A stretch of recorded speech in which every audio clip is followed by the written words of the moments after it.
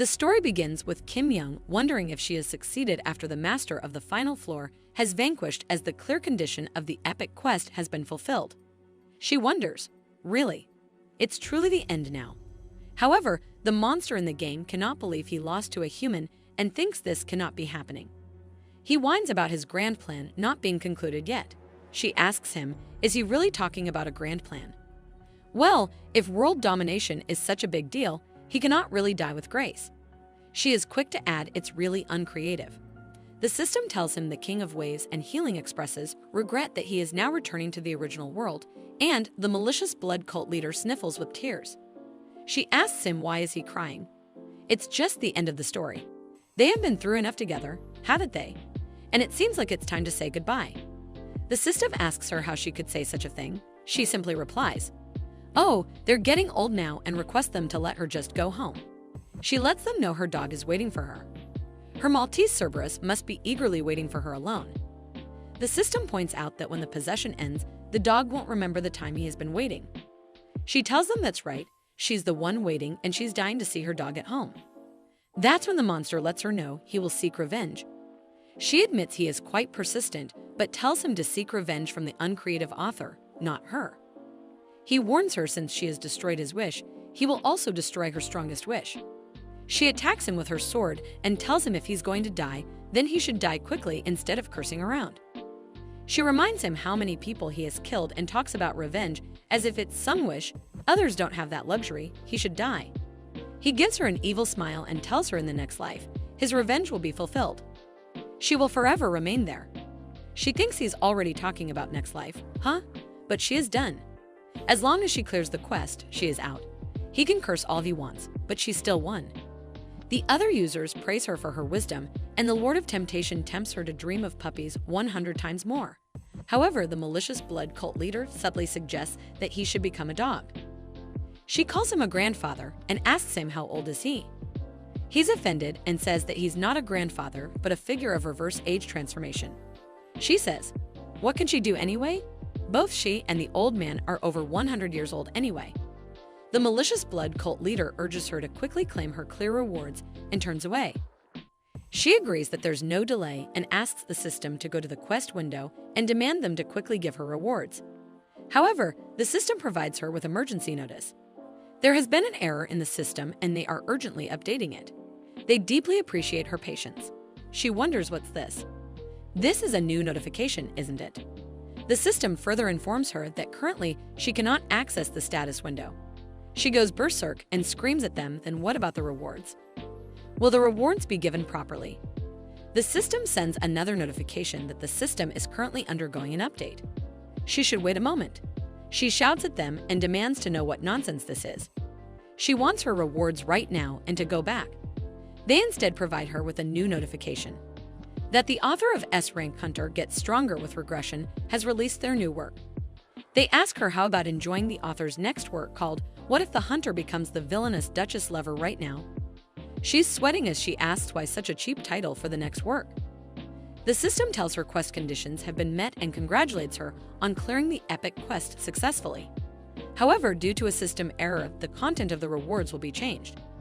Previous clear reward was possession end and then return to the original world.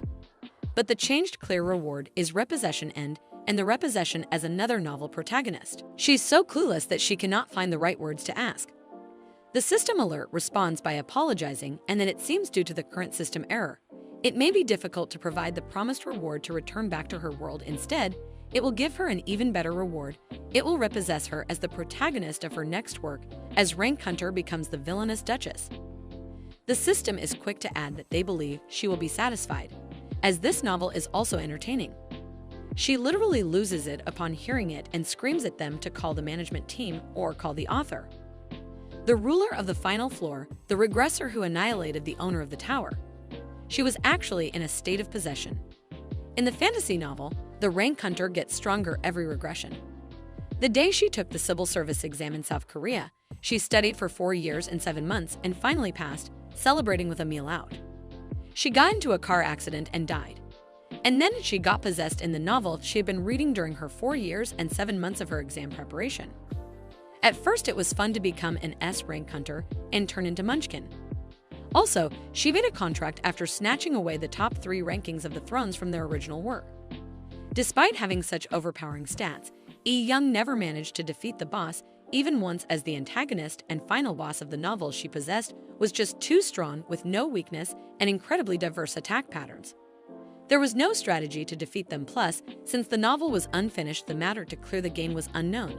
Nevertheless, Kim Young succeeded. She managed to devise a strategy to defeat the final boss after 58 regressions. She has entered the new novel with a new face and wonder, so what do they do now, even though she was supposed to return to the original world and all? She is furious that instead of giving out the rewards for completing the quest while dying, they are making her possess another novel again. She calls for the quest window, and it appears Dada provides her with information that she is now incarnated as the infamous villainous Reincarnates Girl, the daughter of the strongest martial artist of the Landish Empire. She has been falsely accused of murdering the Saint Reincarnates and hiding her body, and now she is imprisoned in an underground dungeon, and she has to find a way to escape from the prison at all costs. She thinks, luckily, through the quest window she can at least roughly understand the situation. The system remains the same, only the world has changed, and judging by the title and the quest content of the novel, it seems like she is incarnated into a romance fantasy novel. She wonders what should she do. She hates romance. She reads the other information provided by the system and wonders if there is a balanced patch going on. She has never encountered this before. Every time the system displayed an intricate level of perfection, it felt so meticulously crafted to the point where it seemed like everything was tailored just for her. She thinks the fact that the system, which used to be so meticulous, is now showing such sloppy behavior. She believes it probably means that this wasn't a planned incarnation. Perhaps it's indeed the work of that owner of the tower pulling some tricks. She thinks so that curse in the end was powerful enough to cause errors in the system. But there is no point in just thinking while trapped, so she should start with the quest. She knows she needs to escape from this prison, then she can also escape from this incarnation. She decides to first experiment to see the extent of her abilities. The malicious Blood Lord suggests her to start by breaking everything, while the King of Waves and Healing advises caution and tries to restrain the malicious Blood Lord. She asks them what do they know about this world and demand them to explain it to her. The Lord of Temptation says that this world is connected to their homeland, the demon realm where they were born. She wonders if it's just a typical fantasy world, isn't it? Anyway, that's just beside the point. She asks, could they check their stats as anyone's stats changed? The malicious Blood Lord says that they have fallen from being able to traverse continents to being able to split mountains. The Tempting Sovereign says that it's worse than the underworld, but better than the previous one. The King of Waves and Healings is watered that their stats have significantly decreased. She asks them how much worse the stats have gotten. The King of Waves and Healing team says they cannot use the Resurrection of Water skill here. She tells them that's Oak, since she could hardly use it in her past life anyway, and then asks if everyone is Oak then. They all nod in agreement. She believes so basically her abilities are just slightly worse than before, and that she just needs to worry about the standard of this world. With seemingly effortless strength, she dismantles the prison cell, shattering its hinges as if they were mere fragile obstacles. She wonders if perhaps there is no need to worry after all. The Landish Empire's greatest warrior, the iron-blooded Marquis Makiris, the Empire's only duke who has built up honor with his exceptional swordsmanship. For centuries, the Makiris family has consistently produced numerous foreign masters, but now faces the imminent threat of downfall. The only saint in the empire and the fiance of the crown prince Reincarnates. The noble daughter of the Makiris disappeared on the outskirts of the Makiris duchy. Even the most likely suspect is Reincarnates, the disgraced noblewoman and the empire's worst villainess. She is the daughter of the Makiris duke. And to Makiris, the Marquis of Makiris orders his men to prepare for the battle. He adds she may be an unparalleled skilled fighter, but there's a palpable tension in the air. His brother Kurul Makiris, the second son of the Makiris duke, has already drawn out his sword. And adds when the count reaches 3, they need to attack together. The count starts. They all get ready to attack, but just as they count 3, Reen appears from the basement all lively and energetic, noticing they are accompanied by so many people. Later, they are settled in the living room, and her brothers demand she spit it out. Who got her out of the prison? She casually replies she did, just because that prison was poorly guarded. He thinks to herself, Seriously, how many times are they going to ask the same question? They need to progress the quest instead of wasting time here. Ant asks her, so whose skill was that exceptional agility, and demands to know the name of that brat who's helping her. She thinks to herself he's got quite the voice.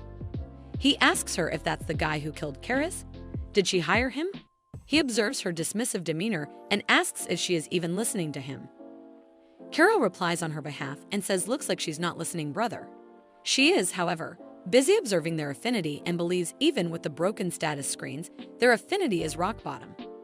The system tells her she has 2 older brothers, and she needs to develop her relationship with those 2 in order to secure a better future. Ant affinity is 800 and Carol affinity is 600, clear reward. Partial restoration of status screens. The system tells her she has been accused of murdering St. Leon Curris, and she needs to make someone believe in her innocence. Clear conditions are to create a believer gleer, and reward is prestige plus 30. She mumbles about how she is tasked with taking care of these brats' affinities and her crumbling reputation. Ant asks her what is she saying. She replies he doesn't need to know, but thanks for his concern, and then remembers about affinity. She needs to watch her manners if she needs to raise affinity. This causes him to be mad, who believes it seems like she has completely lost her mind, while Krill tries to distract him so the situation doesn't worsen, and she is busy thinking, let's forget about these guys and focus on raising prestige. She tells him that's beside the point, but she's just saying because she doesn't really understand the current situation she is in. She asks them why they would think she killed that saint. Ant asks why does he think she killed the saint?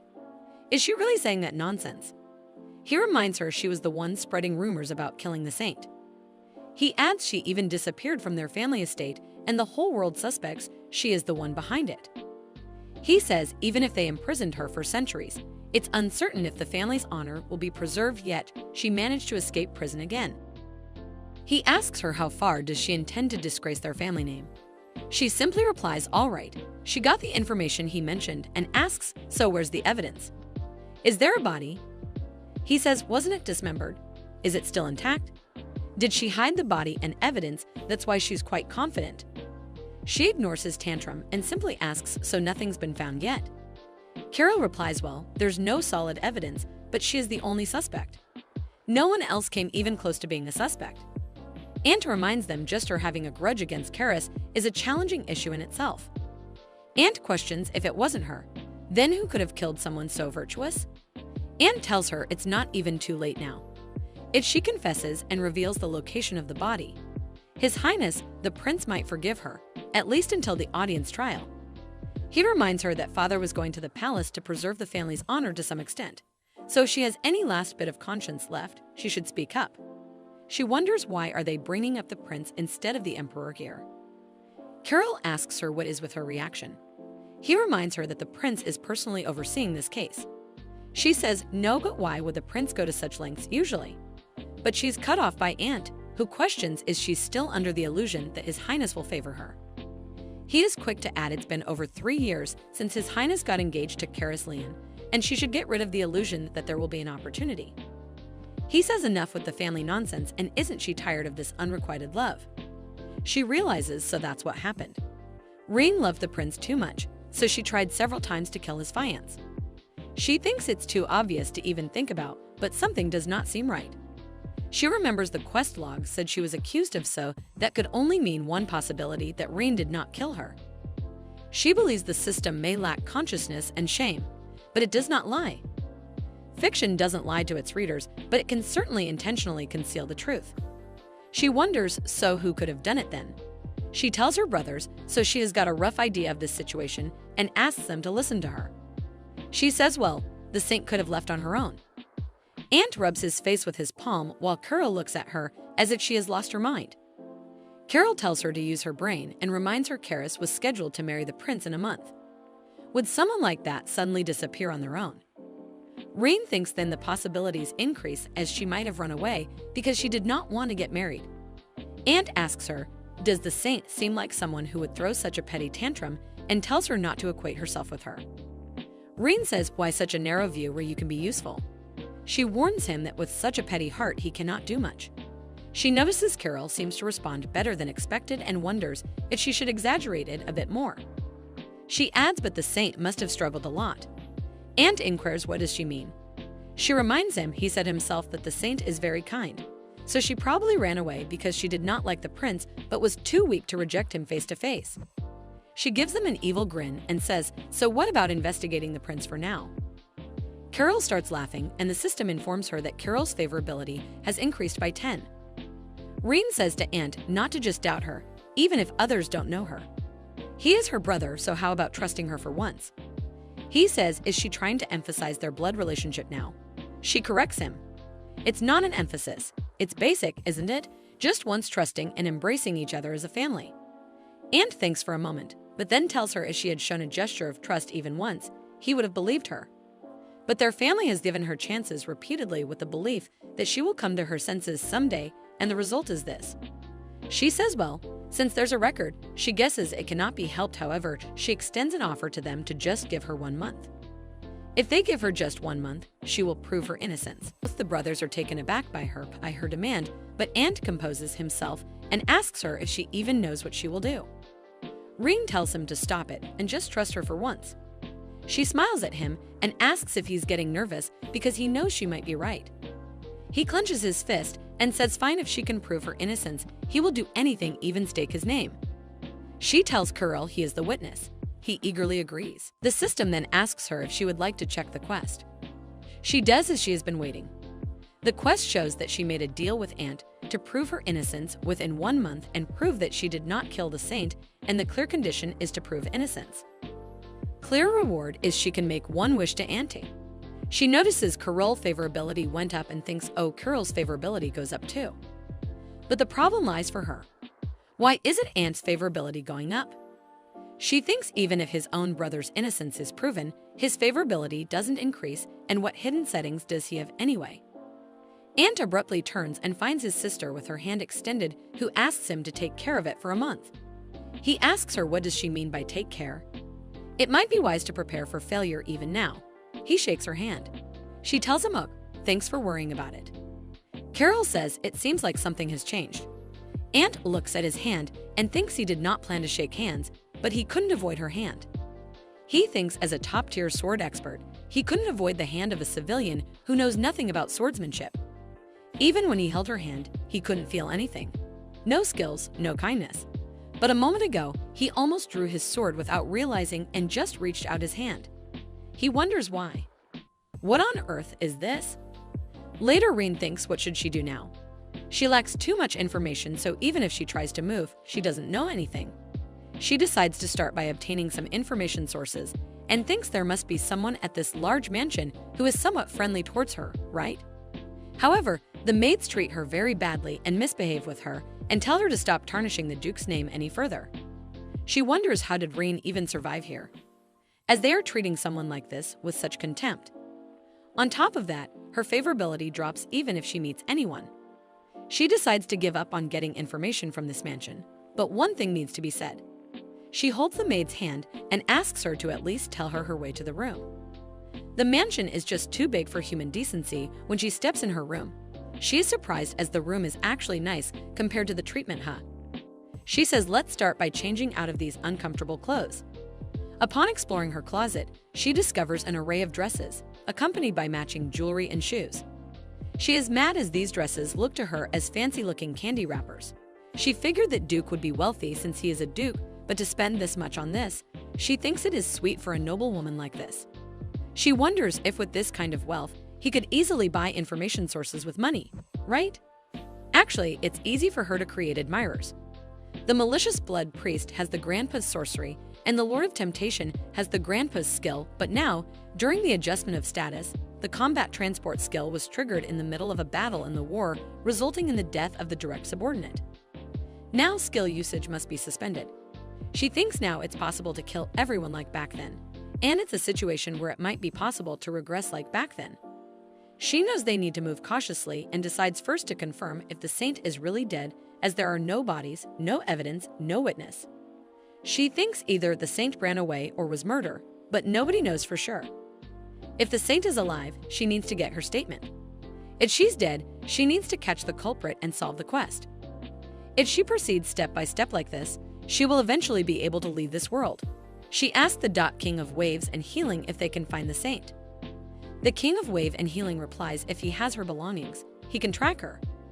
The malicious blood priest asks if it's okay to just blame anyone for the crime. The Lord of Temptation boasts about his expertise in his field. Rein warns him he is saying some dangerous things. It seems like there's someone here who also deals with the sacred, so the old tempter might get caught. The Lord of Temptation cannot handle the shocking matching. She tells them she thinks she should leave here. It seems like she won't be able to get any information sources, even if she spends money here. The King of Waves and Healing expresses concern about whether it's safe. She arrogantly says, "Oh, who's she?" as an S-rank hunter and the regressionist who cleared the top tower. The malicious blood priest scoffs at the idea that everyone who meets her is in danger. The Lord of Temptation laughs uproariously at the joke from the malicious blood priest. The cunning Lord of Blood suggests going to the missing scene. She tells him it's a good idea, but she doesn't know where the missing scene is. The astute Lord of Blood makes a sharp observation. She says it's true, but she cannot give up. Even shit can be used for evil in this world. She goes to her brother Ant to get the report of the incident. She tells him if he doesn't want to remain as a family suspected of murdering the saint, so he should cooperate quietly. This causes him to be furious, who asks if she is threatening him. He then sighs and says he can give her the report. However, taking a guard with her is a condition. She tells him she doesn't need that. If it's his guys, they will just be a burden. He asks her if she doesn't understand the meaning of the condition. She points out at his closest associate and says that person will do since they will be watching her anyway and reporting back. Wouldn't it put his mind more at ease to send a closest associate? She also demands him to lend a carriage too. She arrives at the place where the saint was last seen. It's outside the Duchy of Makiris. According to the report, 10 days ago, the saint disappeared while providing healing services in this slum. It is still unclear whether she was kidnapped or disappeared. Melson priest approaches her and asks what is going on here. She observes the priest and thinks it looks like he's doing something extravagant, right? And also notices the book he's carrying and wonders what that luminous book is. She lets him know she is here to reveal the true culprit and asks them to cooperate. The priest's men question that did not they say the Duke's daughter was the culprit, and now they're claiming there's another culprit. She tells them it's not a claim, it's a fact because she did not kill the saint. She is quick to remind them that they also have no evidence or witnesses that she is the culprit. Since they don't have the ability to find the saint, they probably haven't found her yet. She hopes they understand that she means to join forces for good. She has a plan that she's just going to suck up their information and investigate on her own. The priest men say what she says is also correct and looks like they're ready to work with her. But the priest notices and doesn't like it and questions how they can believe the young lady's claim of innocence. She smiles and thinks, look at this guy. Looking at him, it looks like he's not good with his bare mouth. She guesses her security is being questioned and lets them know she brought donations like this and has literally brought lots of jewels and treasures. The priest's greedy eyes sparkle with light upon seeing the jewels. He apologizes for not knowing her true feelings and asks if there's anything he can help her with. First of all, she asks him if he has any of Reincarnates' belongings. The longer he has something, the better. He smiles and says then there's nothing like this scripture. It belongs to the saint. He asks if there's anything else she needs. She thinks as expected. The more money spent, the faster it becomes. She tells him she wants to look around the tent where Lady Karis stayed. When she arrives at the tent, she notices it's neat, frugal at the level of advertising that she is a saint. The associate she brought along calls for her. He asks her about the donation. She says, why is there a problem? Because as she remembers thanks to it, she also got the scriptures. He says no, that's not it. He thought she hated the church. He seems hesitant and says because something like that happened with the archbishop. She wonders what he is talking about again and asks for him to go on. He apologizes and says it must have been something she doesn't want to think about again. She tells him no, keep going. She has done many things that she cannot remember. He reminds her when the archbishop declared Lady Karis a saint. On that occasion, the young lady poured champagne into the archbishop's face. She sharply cuts him off and says enough and tells him to say no more. She thinks this body lived a very hard life. He adds that it wasn't because of the saint. The archbishop said she had committed a very indecent act. He says that's what happened. Still, people did not believe it and what the archbishop did was in vain. He asks her if that was also a misunderstanding. Right, she tells him to think whatever he likes. Isn't everyone like that by now anyway? Think what they like and do what they like. She thinks to herself, no one listens to someone without a bad reputation. She then tells him she will investigate her, so he should go out and wait. The old memories resurfaces. In past life, her previous life, even in countless regressions, it was something she had experienced several times. Moreover, it will be something she will experience in the future. In this situation, facts are of no use. The truth is what they want to hear because what they don't want to hear is a lie. She knows she cannot trust anything other than herself. And since she came in, the body is her. Is there anyone else in this world who can trust her as much as she does? She thinks no matter what suspicious or false accusations are thrown at her, she will still believe in Rein. Even if she was a really bad kid. What would she have done? In this world, everyone sees her as a bad person, so she should become a bad person. She makes a promise to Rein that she will listen to her. From now on, she will never doubt Rein. On the other hand, the priest informs Sidon and Sarad, who asked if the daughter of the Duke came to visit. The priest tells him they say they are conducting a direct investigation to prove their innocence. The priest thinks he would have never thought that His Highness the Crown Prince would send Sidon, a person who earned the title of Mercenary King at the age of 20. He is the head of the Shira Guild, the continent's best mercenary guild. One of the only two sword masters in the Empire.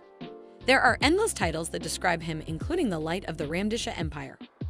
But he thinks it takes a person like this to be able to investigate a case like this. Sidon asks the priest if he believes that she has come here to prove her innocence. He replies he doesn't believe it completely, but he thinks there will be a lot of backlash from them if they don't give them a chance at all. Sidon believes he must have taken a bribe. Not surprising, however, what's surprising is the fact that Rein came all this way and investigated in person. He thinks it seems like she was quite impatient. He recalls the rumors he has heard about her cutting off Viscount Kelsey's hair, making the saint's trip. Of course, there are definitely some unclear parts, but he knows it has nothing to do with him.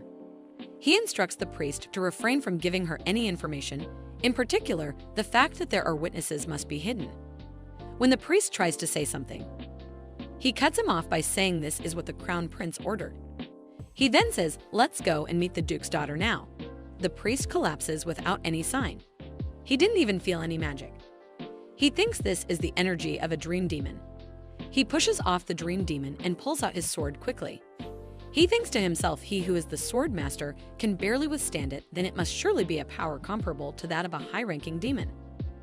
He thinks who on earth could summon this level of demons, moreover, in a place with so many priests. He can feel it and believes this person is surely stronger than the Crown Prince.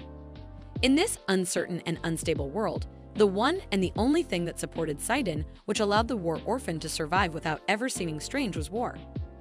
Due to this, he pursued and coveted only power like a devout believer. Even though he hails as the mercenary king for building the continent's largest mercenary guild. Even when he amassed wealth and power through the consolidation of the upper class, he continued to feel a burning thirst. It is like looking up at the sun, shining down into a dry well. The only thing that can relieve the endless thirst, however, as that thirst grows longer, is overwhelming strength more overpowering than even the continent's mightiest crown prince. He steps out of his tent and notices the entire area fell into slumber. That isn't possible with just one dream demon. The energy is strongest there and realizes that it's the saint's tent over there. Approaching the location, his eyes widen in shock, sensing the profound and intense energy that pervades the surroundings.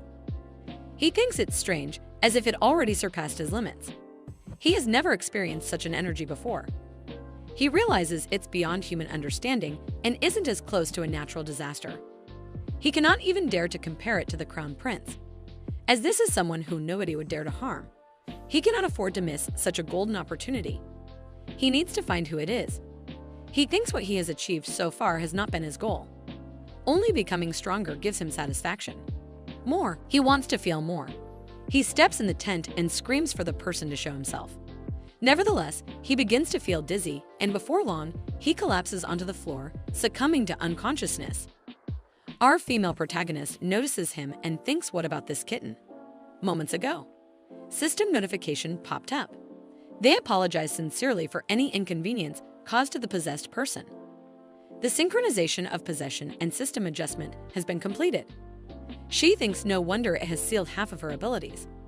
This must be designed to be solved later as a quest. She wonders why it is so annoying. She sighs and thinks she should be satisfied with this much and asks if they find the saint with this scripture sister water. She asks the tempting old man, if he did summon a demon here, would it be trouble in front of the priests? The Lord of Temptation gets angry and tells her not to ignore him. She smiles and says, all right then. Let's ask the priest for a short nap, and all the demons surround her.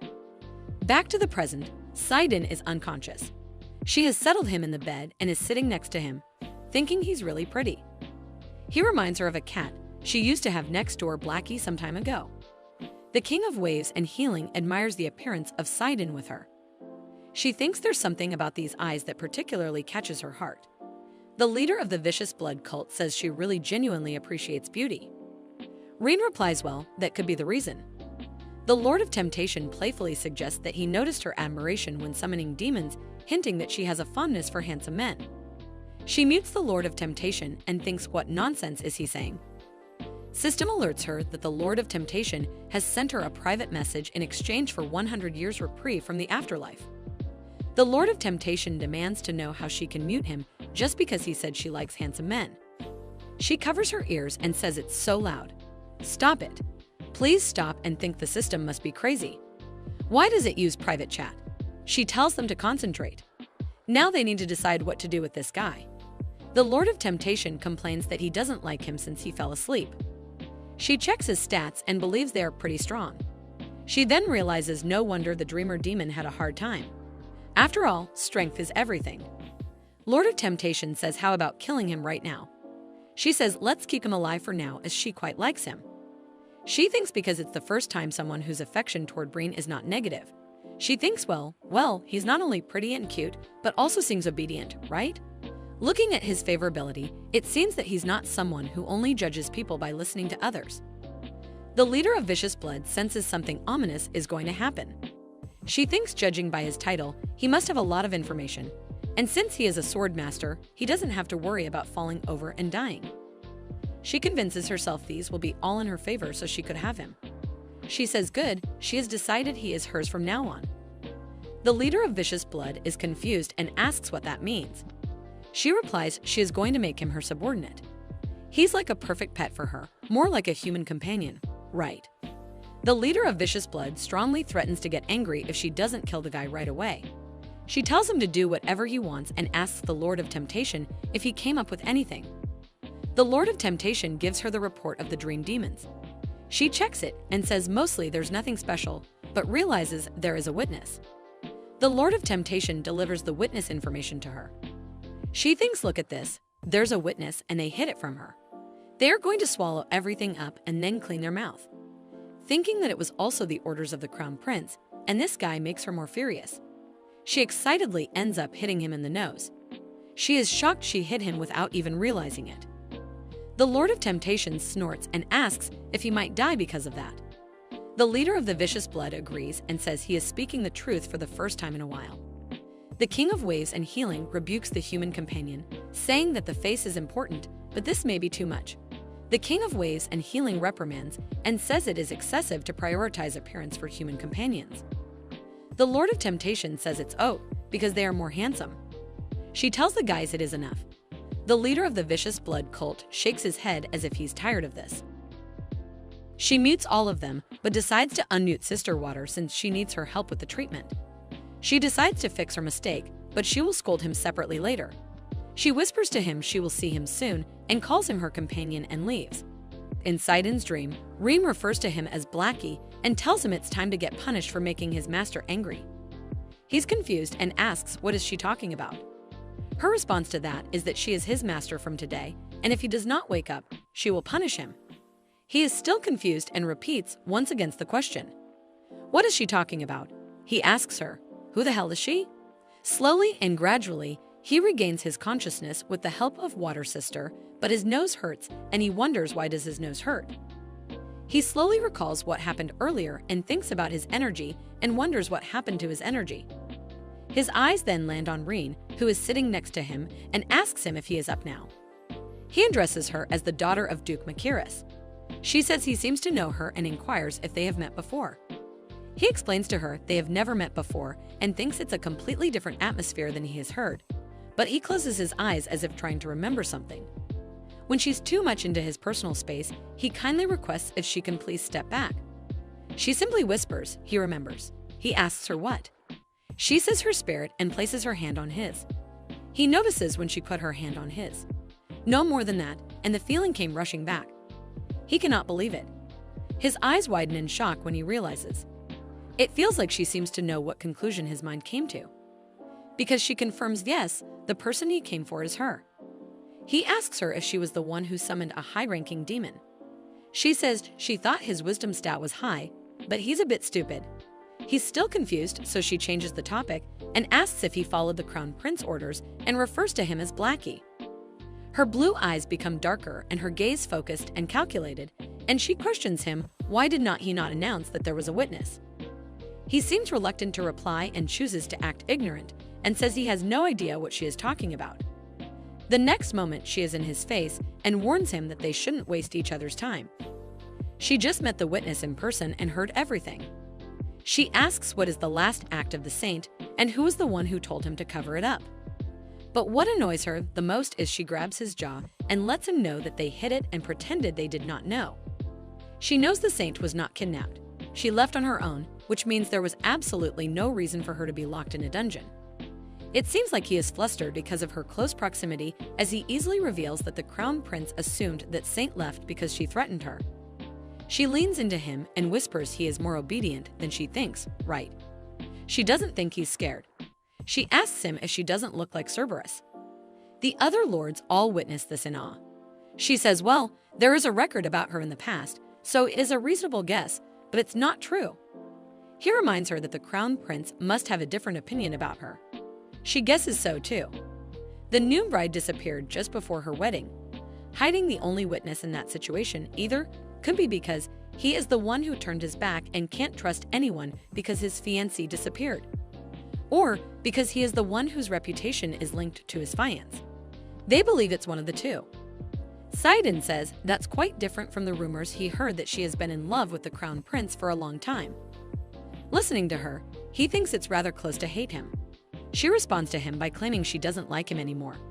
No, she hates him.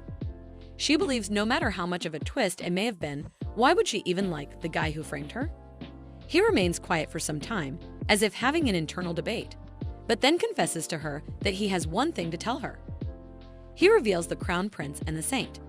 The two are known to be lovers of the century, but the reality is different. Their engagement was nothing more than a contractual relationship.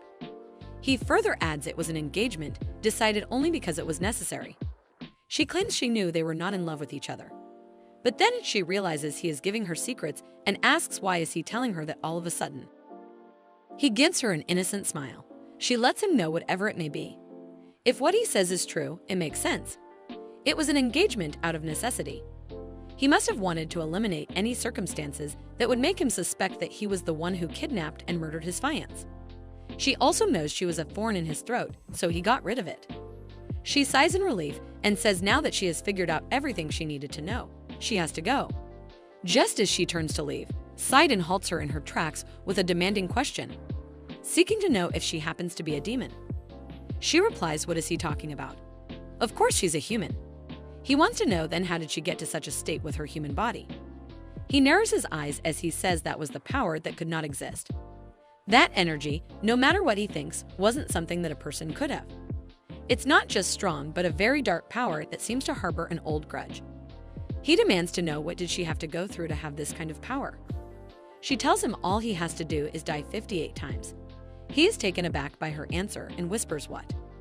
She says, or the other alternative could be to try to save the world. He wonders if this is a joke. He reveals to her that he has heard that the lady has never held a sword before. He wants to know why is she hiding her power. With that much power to the Empire, Nogi corrects it's a power that can unify the continent. She simply replies, what is she going to do with unification? She is not interested in that at all. He says he knew it. She only follows the path of the sword. She thinks what is he talking about? She just wants to go home. He grabs the blanket tightly and reveals that he has decided that he will serve his lady as she will be his teacher. They both remain in awkward silence for some moments. Her mind turns blank, trying to contemplate if she heard right, while he looks more than eager to be a student. Saiden answered, who is he? He has achieved countless achievements to the point where he is called the Light of the Empire. He has received both a lot of hate and admiration because he is a commoner of unknown origin. The only thing he's interested in is the part of the sword, but the desire to overcome his own limitations is another. But even the crown prince, who was said to be the strongest in the empire, wasn't enough for him. He thought his highness was stronger than him, but that's all. The difference in skill doesn't overwhelm him. When he lost his goal, boredom overwhelmed him. He had no interest in anything, but one day he encountered a light that illuminated his forgotten longing, and it is called Reincarnates. The system reveals Saiden favorability has increased by 200. Once again, he requests her to please teach him a great lesson. The system tells Rein an unexpected option occurs. A mercenary king has asked her to accept him as a disciple. Would she accept that offer? She's busy contemplating what to do while he thinks, is she going to serve him as a teacher? Rein thinks she has never made anything like that, let alone a disciple in her long life. No matter how many years it takes, the end is the same anyway. She reveals it's hard to live alone, but she hates taking responsibility for other people's lives. She wonders if this guy is worth enough to overturn that idea. He looks at her with puppy eyes as he's waiting for her answer. It seems like she must have come up with her decision, as the system says the selection is complete. She responds no. The system tells her that she has responded no, and Saiden's favorability has decreased by 100. He has a sad expression on his face as he questions, does she perhaps not like him? She tells him that she likes him. She ponders that it's just that she has her own ways. He asks her then why before she turns around and waves him goodbye. As she mentions that she does not like having someone take responsibility for this, he calls out to her asking for a minute. He stares at her as she becomes surprised.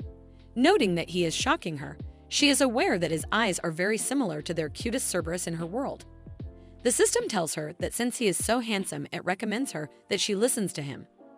She decides to hear him as she asks him to say it. He tells her that he is stuck at the moment, as even after rigorous training and even when he met the crown prince, who said to be the strongest person on the continent, he could feel nothing. But the moment he laid his eyes on her, he saw something awaken. She questions what is that something. He slightly blushes, unable to respond. She becomes shocked, pondering that cannot be the case. He tries to speak to her as she thinks that this baby who was just born earlier. She is shocked as she cannot believe he is having feelings for her who was born a long time ago, before he asks her to teach him, telling him that it's definitely a compliment, and this is the first time that he feels like he wanted to compete with someone like this. She seems annoyed at the constellation who told her to listen to him. She mentions that she is grateful for that, and thanks him, but he nervously tells her that he is not asking her to accept him. He mentions that if she accepts him as her discipline, he will also help her both materially and spiritually. He will get her anything that she wants and listen to her every command. She wonders if he is the perfect person to use as a source of information. The system says yes, as she mentions that she has decided that she will accept him as her discipline. She ponders that he should know that he survived only thanks to his face. Saiden favorability increases up to 200. As the system informs her that he has become her discipline and fame has increased by 100. As well as she receives a tip, which is that the more she makes relationship with others, the more her reputation will increase. She also receives the notification that she got her first discipline and questions how about she increases her relationship with her students. He calls her as master and thanks her. She seems awkward with it as she asks him to call her only lady, as he used to, as she seems to be getting goosebumps. She questions that he said he would help her in any way materially and spiritually. She questions that she would like to ask him something. He tells her that he will answer anything. She finds it a bit burdensome that he agreed to it so well. She wonders if it is really what Lopan people are like. She tells him that the crown prince and the saint, if he knows anything about those two, then he should please tell her. She also states that since he is in a position to receive orders from the crown prince, she asks if he thinks that it'll be difficult to answer her question. He responds no, as he does not have any intention to hide anything from his teacher. Mentioning that he did not even offer his loyalty to the crown prince, she ponders that it is really burden, but it also seems comfortable. She tells him that she would like to ask him for a favor. He tells her that before he mentions it, he recommends that it's better to not be an enemy with the crown prince as he has a political position. She pats him, questioning if he is worried about her. Mentioning that he is really the same as Cerberus, he responds that he is not someone to be taken lightly. She asks him to not worry and just answer her. She ponders that his explanation was as exactly like she guessed. The saint, Reincarnates, has received the grace of Belia and is called the incarnation of the god. Thanks to her power and character, she is loved by all the empire. The crown prince gains strong support from the people of the empire through his engagement to a saint. Every effort was made to avoid damaging the engagement relationship. He does not mind seeing blood, even for just putting out a small spark. However, in such a situation, the disappearance of a saint occurred. In addition, there was even an eyewitness testimony that the saint disappeared on her own. She tells him that the eyewitness story bothers her no matter how much she thinks about it. The last witness, the youngest priest. He was nursing a saint who was struggling, maybe even if it was a revelation. She continues that he said that he heard the saint sleeping talk that she had to leave. She said that she had to go, mentioning that it was dangerous and she had to leave quickly. The witness wondered if she is sleep-talking and told her that His Royal Highness the Crown Prince will protect the saint so she could rest assured. She responded that she had to go, and if she did not go then it would be dangerous.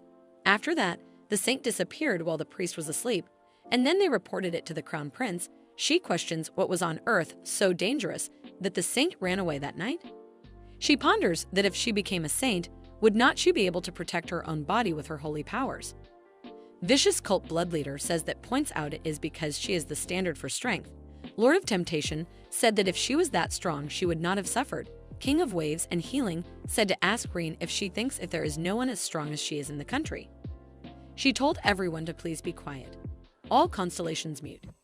He mentioned that if the new bride disappears before her wedding, saying it is dangerous, then most people will be suspicious of her fiance. The Crown Prince was concerned about such situation. Moreover, there were competitors. She questions what does he mean by competitor. He responds that a princess who enjoys the support of the emperor and nobles.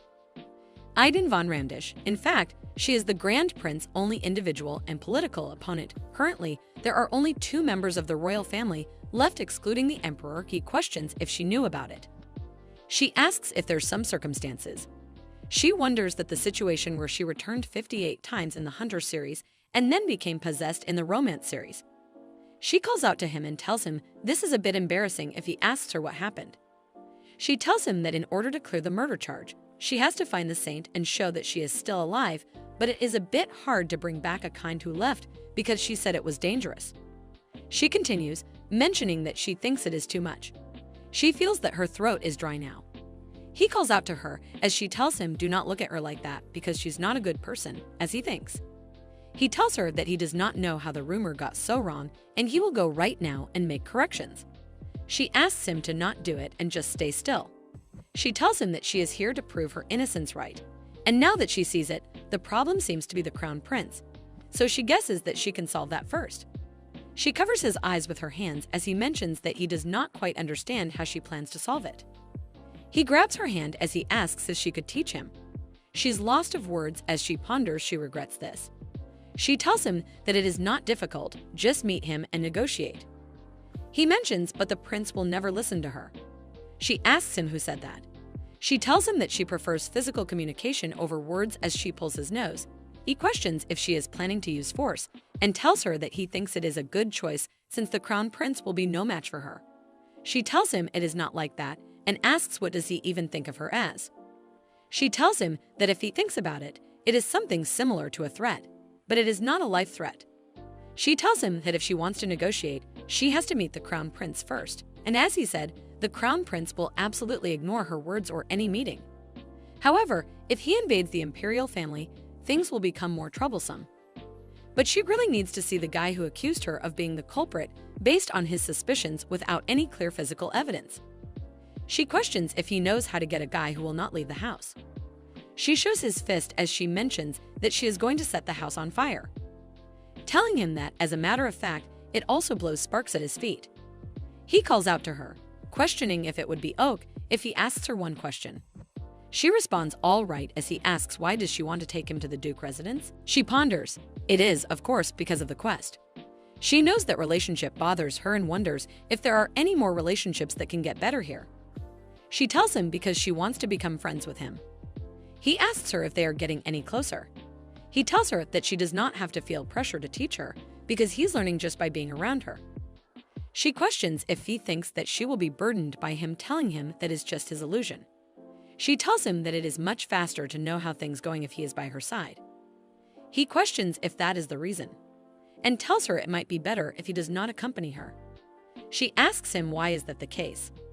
He mentions that she is the famous daughter of the only duke in the empire, and compared to him, he is just an insignificant commoner.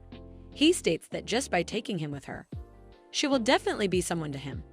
She seems confused as she questions, "What does this mean?" He tells her that the fact that she is taking him to the temple is sure to make him someone to her. She asks him what is he talking about. He mentions that the aristocrats' gaze upon a commoner-born swordmaster is not flattering. The Nazo family is a prestigious swordsmanship lineage, so it will add more weight. He continues that she may have rejected their advances, preferring not to mingle with them, and although she has remained in the knightly ranks, the fact remains that they seem to want to brand him with a stamp of commoner. She seems confused as she ponders it's not simply because of her prowess in the battle. She knows that they probably fear that if she gains even more influence, it would be dangerous for them. So they are trying to undermine her and exploit her weaknesses. She ponders, the people are the same wherever one go. Even from her perspective, she is familiar with this kind of thing as many people feared and revered her from her power. But at the same time they hoped for her downfall. At times they wanted to exploit her with sweet words and gestures, and they even desire to betray her to seize her fame in this world. She's aware that it is not about her, but about the role she plays. She wonders that this one seems particularly passionate. She wonders if the priest has not seen her being avoided before. She thought that associating with someone like her, who is often called a willingness, would tarnish her reputation. But his reputation was so impressive that she made that concern seem laughable. Before departing, he tells her that he is done with the preparation as she tells him he did a good job and asks him to move on. The reputation was increased. She ponders that there is a limit to overdoing it and knows that it is ironic that someone who is doing so well, unlike the villainess, feels stifled. She wonders how could they think that they could outshine her. She's aware that usually it is the opposite. She calls out to him and questions that they say he is called the light of the empire. He tells her yes, it is true, even though he finds it embarrassing. She knows that she was thinking of just leaving it alone. But since it is getting serious, and as a senior with a similar life, she desires to say a word of advice. She tells him that even her as a noble is a disgrace to Nazo. But he is the light of the empire as a commoner. She points at him and tells him even if he is tired and fed up, he should not avoid it and be confident. She tells him that he does not need to care about anyone's opinion as it is just making fools look important and tells him to hold his ground. If he keeps frowning, then he will get wrinkles. She tells him that since no one will care about him from now on, he does not have time to worry about those who dislike him and whom he dislikes. She tells him that he should believe in his reputation and live boldly doing what they dislike. He should have confidence in himself like she did in the old days. He currently blushes as he ponders that he feels like the annoying lethargy has lessened. She also mentions that he is her guest now, so if he does not feel at ease and carefully, then it will be awkward for her. Since they make a real housework enthusiast at home, they should not look suspicious. She's aware that, as expected, it was the right choice to take him as a mentor. His favorability has increased by 50. After boosting so much to him, just as she arrived, she ended up running into these guys. She does him, but since he decided to help her with her work for a while, they should not start a fight for no reason. Mentioning that she is telling the truth except for the priestly nonsense. He calls out to her and asks her if she even has a sense of being a lady. He tells her that not only does she come in on this terrible night, but she also brought a man into the house. She is aware that he was going to react like this. She questions if his ears are clogged. He begins to argue with her, mentioning that she's speaking in such a rude tone. She asks him to do as he pleases. She tells him to keep chirping loudly all day long and questions if he is perhaps a chick. He becomes annoyed as he curses at her. She tells him that if anyone hears, they might think that she is living as a lady and questions, does just wearing a clean dress solve anything? She looks at the maid as she points at them, telling them that they ignore what she says as if it is nothing, and then his brother cannot even handle one little sister without getting frustrated as she points at him. She mentions that he should not treat her like a lady, but treat her like a human being at least. Her brother tells her that she is his little sister, and no matter how much she tries to act tough, she's still a lady. He mentions that no matter how much that person may be a prince, investigator, and a sword master, a commoner still is the same. She grabs his hand as he tells her that she should now go to her room. She tells him that Sidon is the only sword master in this empire. Questioning why should they care about his status, and instead of worrying about that, they should focus on learning something new and improving themselves. She tells him that if they invited such a person as a guest, then they should come running to them on their own, as those fools have empty heads, every last one of them. They got in trouble even to their families. Representative troublemaker. Her brother tells her even if that is the case, thus she thinks that she is in a position to invite anyone right now. He tells her that even if she claim innocence, how dare she bring some riffraff man into the house? She questions what is it to him telling him that she brought someone to prove her innocence, and even if he is not going to clear her name, then he should shut his trap and stay quiet. And's favorability has increased by 50. Kirill's favorability has increased by 20. She wonders how about that, as she knows this is something that they call a smooth-talking bond from experience. The constellations talk about finding the new hatched chick adorable. She asks if it is all her brother has to say and should they go. Her brother shouts that they cannot stay here. Kirill's favorability has increased by 20. She does seem that she is busy with the guest, so he should stop bothering her and read the newspaper tomorrow morning. And if he does come back after that, she will gladly participate in the tournament. He questioned whether she mean by the newspaper, telling that he understands nothing. Kirill mentions that this looks like a disaster and states that it is the first time that he has seen her handle things so confidently. And asks him if he trusts what he is saying. Kirill responds that even if she's crazy, if the mercenary king acknowledges her, does not that carry some credibility? He mentions that if her innocence is revealed, it would be good for their family too. Ant clenches his fist, knowing that kind of rumor is already circulating, and he is extremely uneasy, just waiting. He thinks if what she said is true, so if the only suspect disappears as well, then he wonders how can he find Leanne. The next morning begins as the sunlight is dazzling. She wakes up as she wonders if the sunlight was always this warm. She is aware that the warmth that could not fall in the tower, where only monsters roamed. She thinks that place seems to be truly over now. She is aware that Sidon must have woken up soon. She thinks since the people in that mansion do not seem likely to provide any guests, she should go and find some herself. She is aware that she has given him proper mental training, but he still seems intimidated.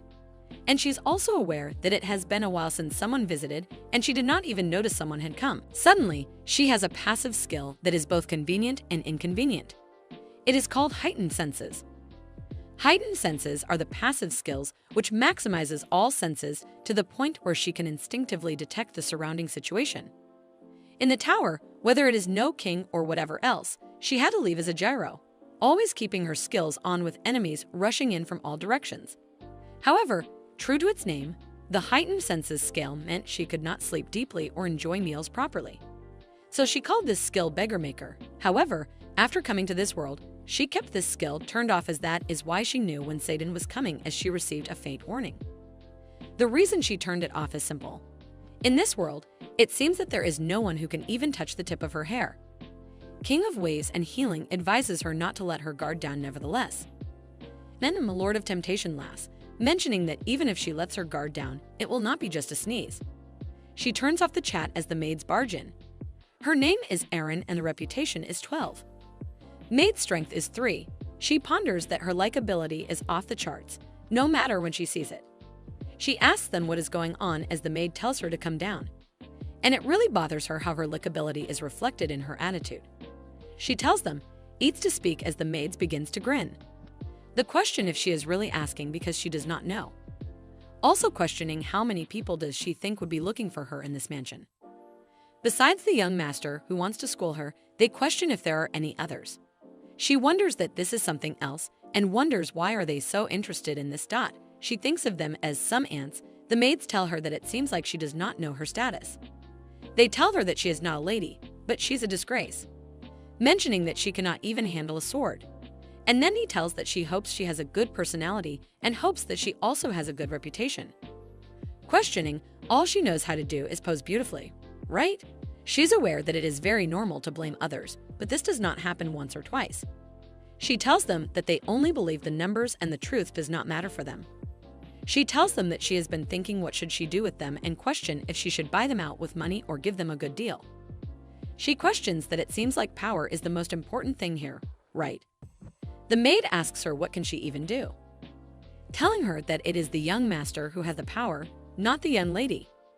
She questions does that mean that she is unable to before she stands up and glares at the maid, telling her that the maid does not know her yet. The maid suddenly becomes terrified and falls down to the ground. She begins to ask for help, realizing that she is unable to breathe. Rein blows her breath towards the maid, activating the skill, which puts the target into a sleep state. The maid passes out as the other maid becomes shocked. She tells them that she did not die but is sleeping. One maid begins to beg and asks to spare her. Rein tells the maid that she is boring. She ponders that yesterday she talked to Sidon lightly. In fact, she said that because, like him, she went through many times of being ignored, and when she was weak, they ignored her more than once, and when she regained her strength, she was thrown to her death. Even when she was weak and strong, there was no comfort for her. She asked me why are they so foolish, mentioning that they are so weak. So why do they bully the weak? She ponders her. After all, she was the one who used force. The constellation talks, mentioning that he supports and says that she does not have to worry about anything. She responds, status oak, as it is just a rest period. She tells them that thanks to all of them, she did not have time to get frustrated. She asks the maid where is she going as the maid trembles, telling her that she should come to the restaurant immediately. And can get ready before coming. Rein tells the maid that she will go now and the maid can take care of the maids who are asleep. She's aware that now if this news gets out, her maids will not bother her anymore. She opens the door and she mentions that she is more generous than she was in her previous life, as she finds Sidon standing outside. He mentions that he felt a bloody mood, so he went out and came here. She questions, did he really feel it? He does not seem very well as he questions if she is all right. She flinches as she questions why cannot she be oak, and if he is going to blame on her too. She tells him this is too much even for the common people. He asks her why would he do that. She does him with everyone she might hear say that it was her fault. He calls her his dear lady and tells her even now, has he treated her this way before? She tells him right and mentions it is oak. She tells him that Aunt asked her to meet him, so they should go and meet him. Meanwhile, he asks Rein to explain to her as he hits the sword on a newspaper. The newspaper is about the saint escaping at dawn. She's eating as she tells him that he is loud and asks him what is he on earth, asking her to explain again. He questions what does she mean by this article? She asked him what is there to explain. Cannot he read, and asks if he wants her to read it for him. Sidon asks him to calm down. She also tells the Duke do not make a fuss. The Duke questions how dare he speak rumors against His Majesty the Crown Prince and asks if they have ever thought about how much trouble their family would face if an article like this was published. He questions what is the position of her father and who is still in the imperial palace. Rein teases him as she grabs some meat, mentioning that he seems to be sensitive because his stomach is empty. She tells him that he can take a bite, but he refuses. She tells him that she will prove her innocence and questions. Did not he see the priest's testimony? The name was a joke, but she was not lying. The Duke questions if this testimony is truthful. Sidon responds that he is not sure as he questions is not there a good reason why His Highness, the Crown Prince, wants to bury these rumors. The Duke finds it weird and asks if he did not investigate the case in the name of His Majesty, as when he listens, he is sure that he has turned his back on this case. Sidon responds that he is not loyal to His Highness, the Grand Prince, as his Polly, conducting the investigation because it is his order as an imperial knight to uncover the truth. So he's just doing his job. The Duke questions so his leaking case evidence to his younger sister, who was accused, and asks if this is his investigation. Sidon responds, it is weird, and asks if the Duke is uncomfortable with him because he is a commoner helping his sister, or if he is comfortable with her sister charges being cleared. She seems to be surprised, knowing that he is doing a good job.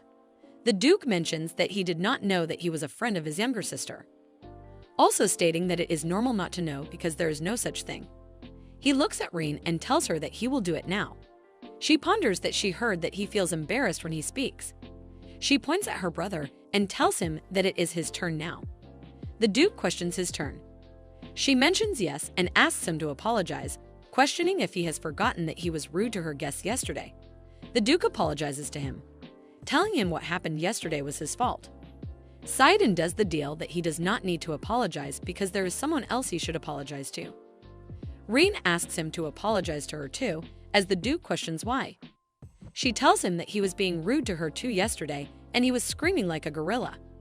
He tells her that she is also rude as because of her, their family is classified as the family that killed a saint. But even without witnesses being called, this is unfair and questions if he is that cowardly. He becomes angry as he tells her that the reason she is implicated as a suspect is because of her habitual behavior. He tells her that there is still a lack of actual evidence for the veracity of the article, and if she brings a more concrete evidence, then he will apologize to her then. She seems to be really angry. The evil blood sect master mentions that it will turn this bastard into rubble. The master of ways and healing will quietly prepare boiling water. The master of destruction prepares a magic circle to summon the demon lord. Of course, Ji is very upset as she wonders, when will this damn situation end? He tells him that he's done talking and he has eaten all the food right as it is time to get ready for the guests. She is aware that someone will be here soon. The King of Ways and Healing has informed her that the guest had set foot in this mansion. The Duke asks her if she invited someone again. She tells him this time it is a guest who came on their own feet, and, in other words, it is an intruder. His Duke asks her what did she even mean by that before the door bursts open. The butler runs inside, telling the Duke that he has got some urgent news. He whispers into his Duke ears as his Duke stands up suddenly questioning what she has done. Sidon questions if there were other guests beside him. She tells him that somehow he knows well.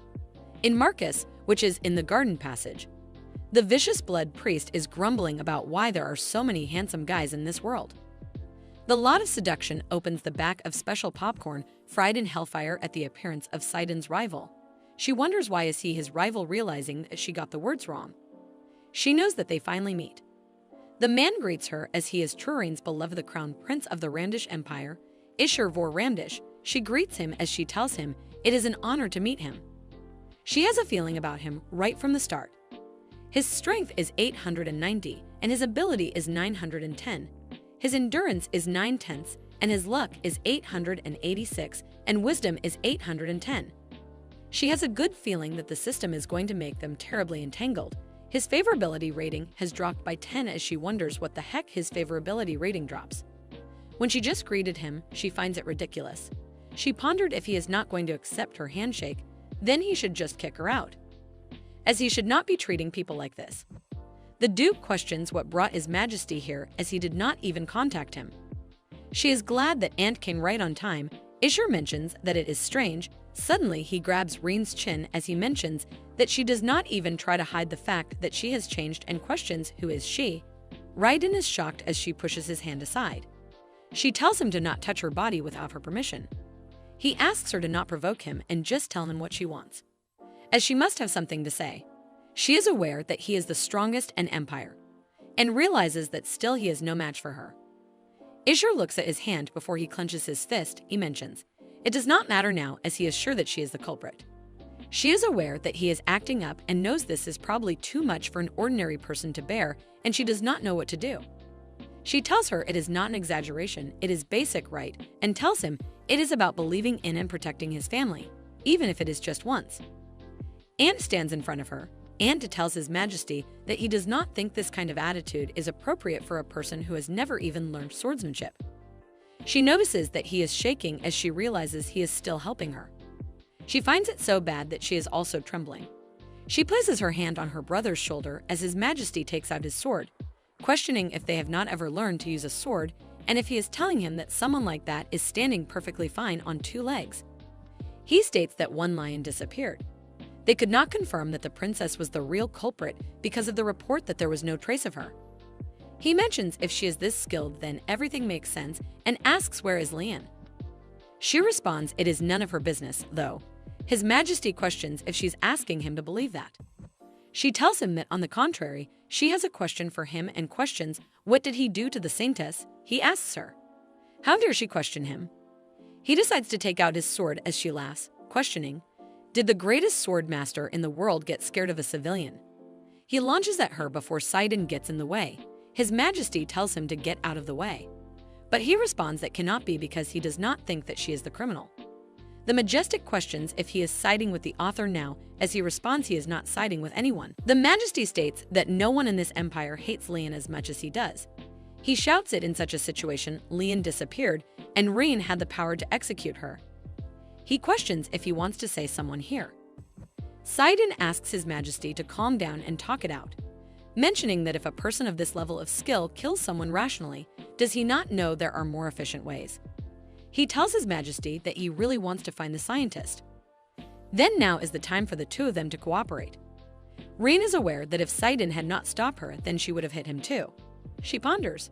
Of course, she was going to adjust her strengths. The Majesty tells her that she is suspicious to him and questions how is she going to explain that. She responds he was the one who hired the witness first. Because of that, he framed her as the culprit and she even went to jail. She tells him that she hopes he understands that she did it out of desperation. She tells him that this conversation seems like it is going to be long, so they should move over there as they are going inside. His Duke grabs onto her and tells her that she's a skilled person, so what does this mean? She tells Sidon to go as she ponders that Ant stopped His Majesty. His favorability rating is still low and she knows that. He will not believe her with a negative favorability rating.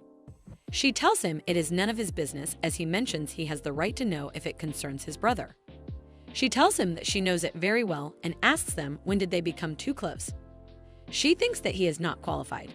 She uses his activation skill and puts him to deep sleep when she activates her breath of Asteloth to make Ant sleep.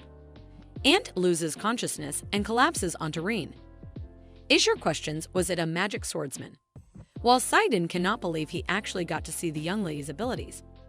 She replies to the Crown Prince's earlier question that it doesn't matter now. Isn't he here to take down the article?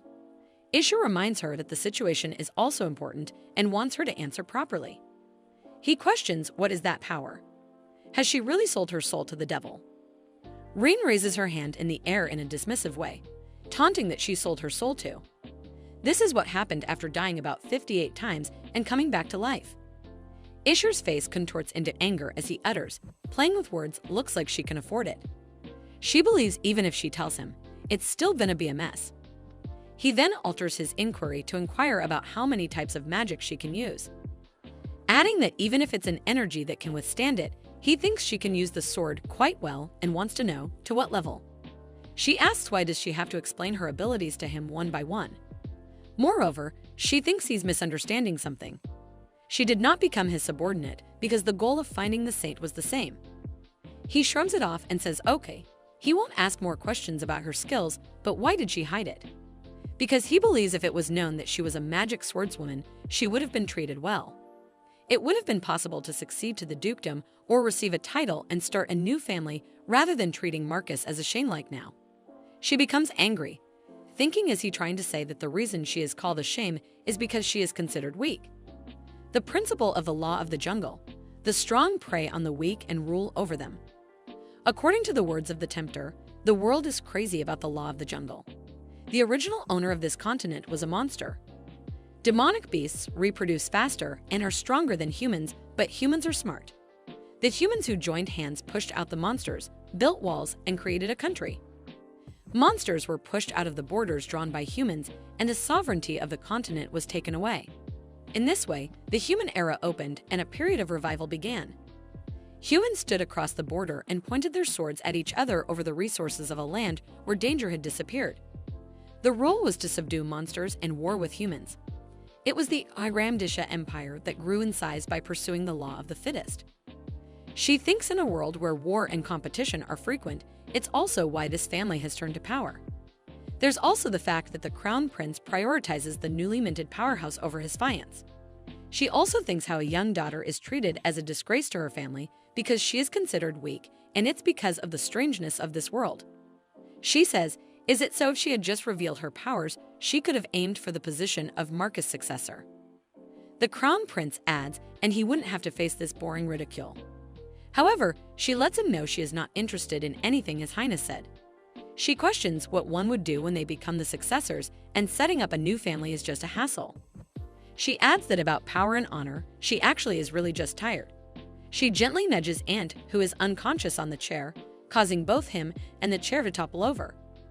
She clings to those who don't know how to measure a person's value other than strength. She has no intention of being treated well by them.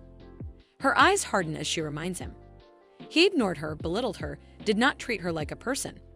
She thinks it's a little bit useful, because she feels more like she has become more useful and stronger, but it's gross to think of people treating her like the palm of their hand. Ishur says just for that reason. Still sounds like she doesn't know anything about the world. She smirks and says, "What about the world?" She taunts him that she feels regret dripping from what she said earlier. What if she had agreed with him? Would he have taken advantage of her by betrothing her instead of a saint? He stands up abruptly and slams his hand on the table, his eyes ablaze with red fury and his face contorted in anger. She teases him. What? He is angry. Doesn't he think she told the truth? He turns his attention to Sidon and calls him for his rescue, however, he just feigns ignorance. She tells him not to blame Sidon and reminds him of that in the first place. Sidon didn't even swear loyalty to His Highness. She also clarifies that she is not at all interested in what the relationship between His Highness and the saint was, because proving her innocence is more important to her. She sighs because she misses her dog and wants to go back quickly and see him. Her eyes widen with determination as she convinces herself to move on quickly. Oak. She tells herself to focus again. It doesn't matter if she's strong or not. She points an accusatory finger at him and tells him she is not the real culprit. She will send him an article as well. She knows the simplest way to remove suspicion of murder is borrowing the words of someone with more credibility than her. Just like the Crown Prince. He asks her, is she really innocent? But she utters rather she would like to ask His Majesty the other way, raking his hand through his hair in urgency. He questions if she thinks he is crazy. She is his finance, and why would he kill the person who would one day become the Empress of the Empire? She silently whispers there was a reason to kill. The saint wanted to leave him. She adds the Crown Prince is suspicious of him. She understands. She guesses the idea was to catch him first, since he had done something so far. But if his intention is to blame her for what he did, he definitely doesn't want to go along with it. She lets him know publishing the article would be a counterattack while proving her innocence, because they would have to bring out a new suspect, the Crown Prince. She declares from now on, she will check one by one to see if he's truly innocent. Why doesn't he show off his insights? Ishur's eyes blaze with intensity as he says he doesn't know where she heard such nonsense, but it's gibberish. She questions, is there a proof, because it could be true. He failed to coerce the saint who was about to leave, and all that His Highness could gain from marrying the saint would have vanished like a midsummer night's dream, so in the end, he ended up killing her. His teeth clenched tightly together, a testament to the intensity of his anger. But on the other hand, she remains calm and smiles gracefully, questioning what he thinks of her hypothesis. He shouts at her, claiming that the saint has never tried to leave him. In response, she questions, is there evidence, His Highness? Because she can prove and show evidence that it's not her. His entire body trembles, his eyes blazing red with fury as he sternly warns her to listen carefully. He states, let him make it clear if there's anyone truly innocent in this world, it would be him. She observes his emotions are flowing very roughly lately, and if she were the culprit, she wouldn't fluctuate to this extent. She asks all the other people in the system, what they all think, should she trust him? But they are all sulking because of how she treated them earlier. She expresses her displeasure and says, what's with these old men? Surrender and call them cowards. She raises her hands in a shrug-it-off manner and says, fine, this will never end like this, and offers him to call a temporary truce and to take a step back. She tells him to call off his knights, and she would release his envoy. He mutters that's not within his authority. She reminds him, isn't it His Highness who's in charge of the investigation into the saint's disappearance? He sighs and says even if he takes responsibility, he needs conclusive evidence that it's not her. She thinks he's always making such a fuss. She puts a paper on the table and questions, would this suffice then? And let them know it's the last place the saint was found in. She clarifies this is the evidence that the saint was alive until recently, and isn't this more significant than anything else? She reveals it's because the reason for the saint's disappearance was the fact that she vanished from Messiah's territory, which had to become a site of unrest. She states while she was detained underground, the saint was spotted in another area. She smiles maniacally, claiming that with all that, if the saint isn't, that it means she is innocent. On the other hand, Ishur doesn't seem as pleased and demands to know where did she get this information from. She frowns because is he really just concerned about the source of information here? The King of Waves and Healing looks disappointed, wishing he had found it sooner, but Rein assures him it's not his fault. After a moment of silence, the Crown Prince states if they truly can find the traces of the Saint here, the suspicion will be lifted. She reminds him they still need to verify it. However, he tells her to wait here until then. This causes her to seethe with fury as she ponders, what the hell is this guy trying to do, sneaking in an extra spoonful of information into what she has gathered? Ishur tells her it seems like she's not understanding the current situation, but even if she suspects him, she's currently the most likely suspect. She employs her magic to sear the address onto his hand. She tells him he's the one who seems to be not understanding the situation. She still believes he is the most likely suspect, and this is the information she has found herself. She smiles and says they should compromise and go together since they're both suspicious of each other. It's better than dying alone, right? Well, the Crown Prince is still shocked and wonders, was it because of her pure strength that she managed to overpower him? He questions how he can be sure that she won't stab him in the back as they walk together. She responds with another question of her own, asking, what guarantee does she have of his trustworthiness? She adds, to be honest, if she had intended to kill the Saint, would she be dead by now? As he is aware of her abilities now. She raises her hand with the intention of shaking his and declares, truce agreed. He just wipes his face and thinks such nonsense. She lets him know she will shake hands for truce, but if he dares to try anything funny, she will be right behind him, ready to strike. And she will even pass on other information to the princess if he tries anything sneaky. Sidon approaches with his handkerchief and begins wiping her hand, explaining that she had just held His Highness's hand, and he wishes to clean it off. Ishur looks at them, and as she leaves, he questions since when did he become her lapdog? Sidon tells him to watch his language. He states he doesn't know what the lady promised him to suddenly change his attitude, but he will surely regret it. However, Sidon declares he regrets even briefly, following His Highness more. He adds that Rein is different from him, it would be almost disrespectful to compare them. Ishur says that sounds quite disrespectful. He says yes, exactly. Rein would not exhibit such a reaction.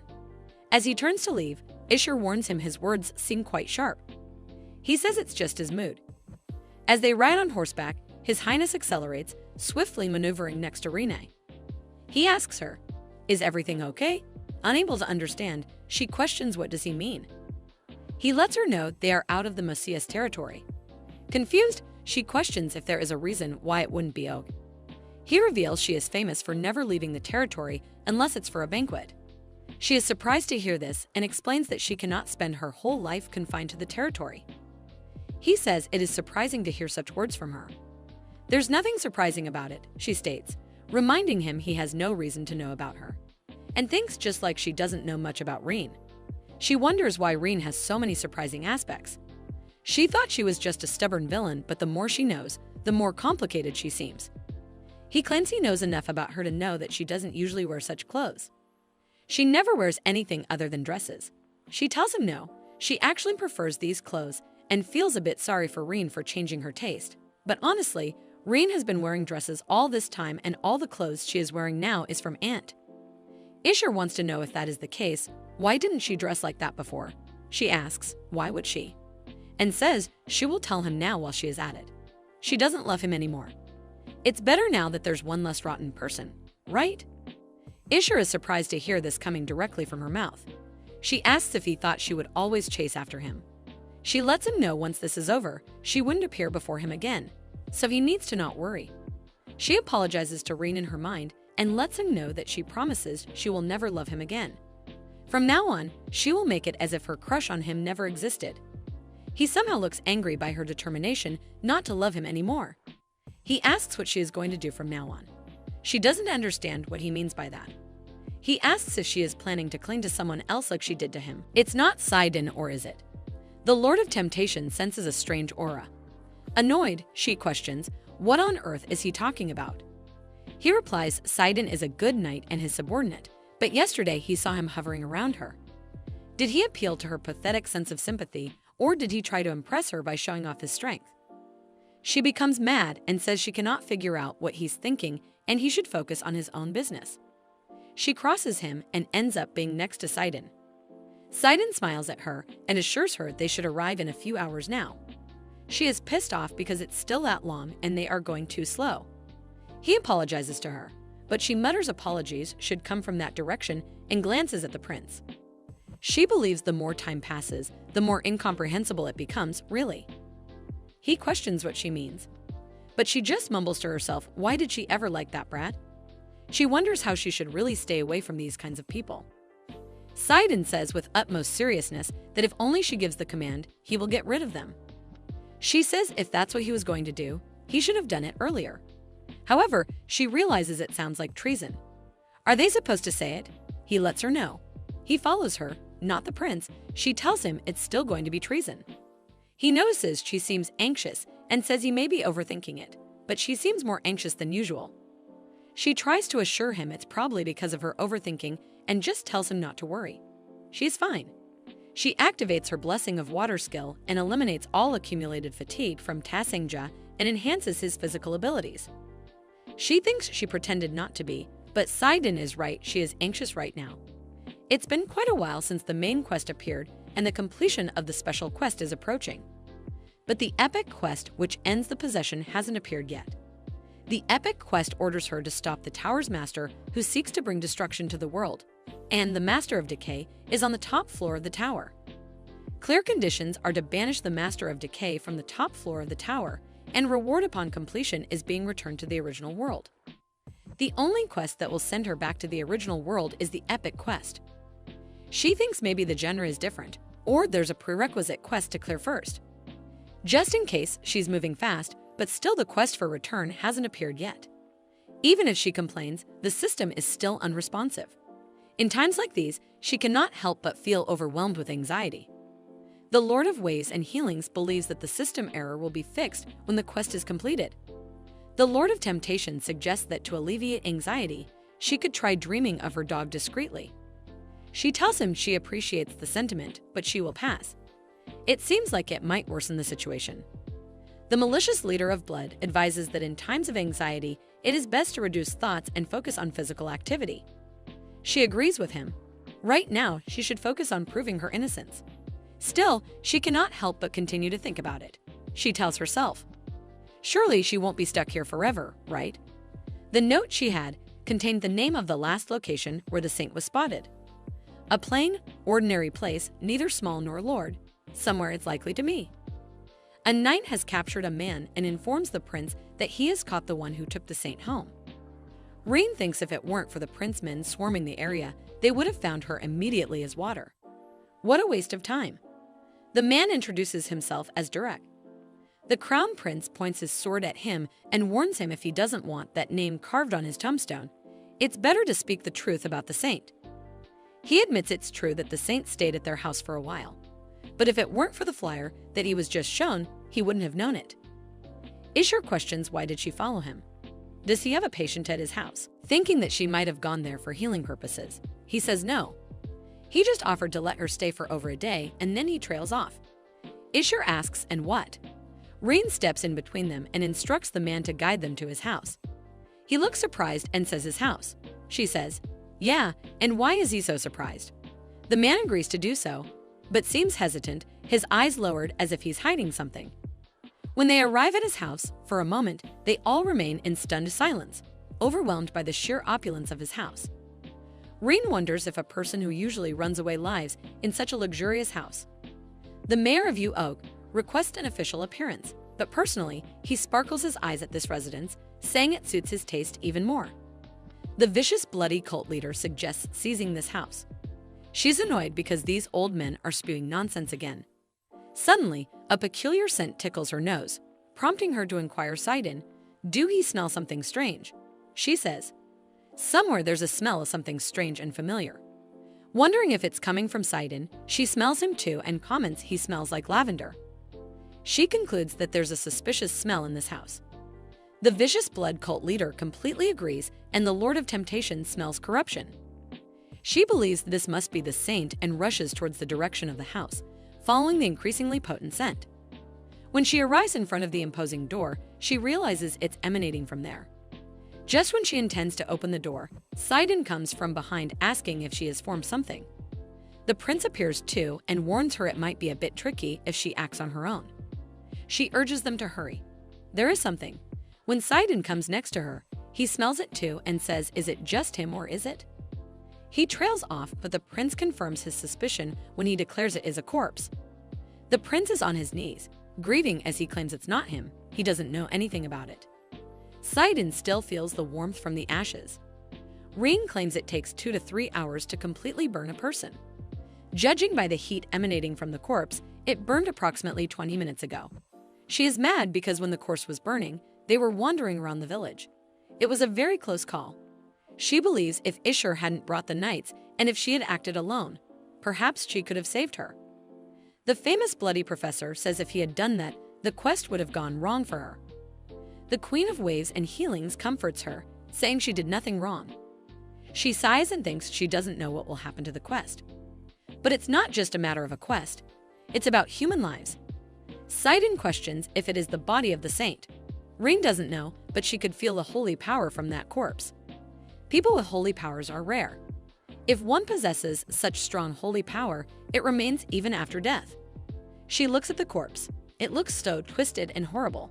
It hasn't been long since she burned, probably during the time when she rode with these two from the territory. Even though this proves that the saint was alive until just recently. The prince silently whispers why was she killed. What could she have possibly done wrong? He states this is the engagement ring he gave to her. Rein inquires if he is sure. He reveals he cannot be mistaken because he personally ordered it. The ring is enchanted with the highest grade protective spell. It can never be destroyed by ordinary external forces, so that's why only the ring remains. Special quest explanation is cleared. The clear condition is to prove innocence. Clear reward is to be able to make one wish to the crown prince. The system lets her know the quest is able to be completed despite someone's death. The Queen of Waves and Healing comforts her, but she assures her it's okay because she has seen many people burn to death. The owner of the tower also enjoyed burning people. If her colleagues were caught, there was only one side to be seen by midnight. The sight of her comrades burning to death at the top of the tower and below the madness of monsters dancing. She realizes that's why this smell felt familiar to her. It's the scent she smelled to the point of getting tired of it in her past life. Rein and Sidon's attention turns towards the side. Derek mentions that it is unfair as the saint left at dawn. The crown prince questions. Then he should explain whose corpse is that. The crown prince has grabbed him from the collar as Derek states he does not know either and asks the crown prince to listen to him for a moment.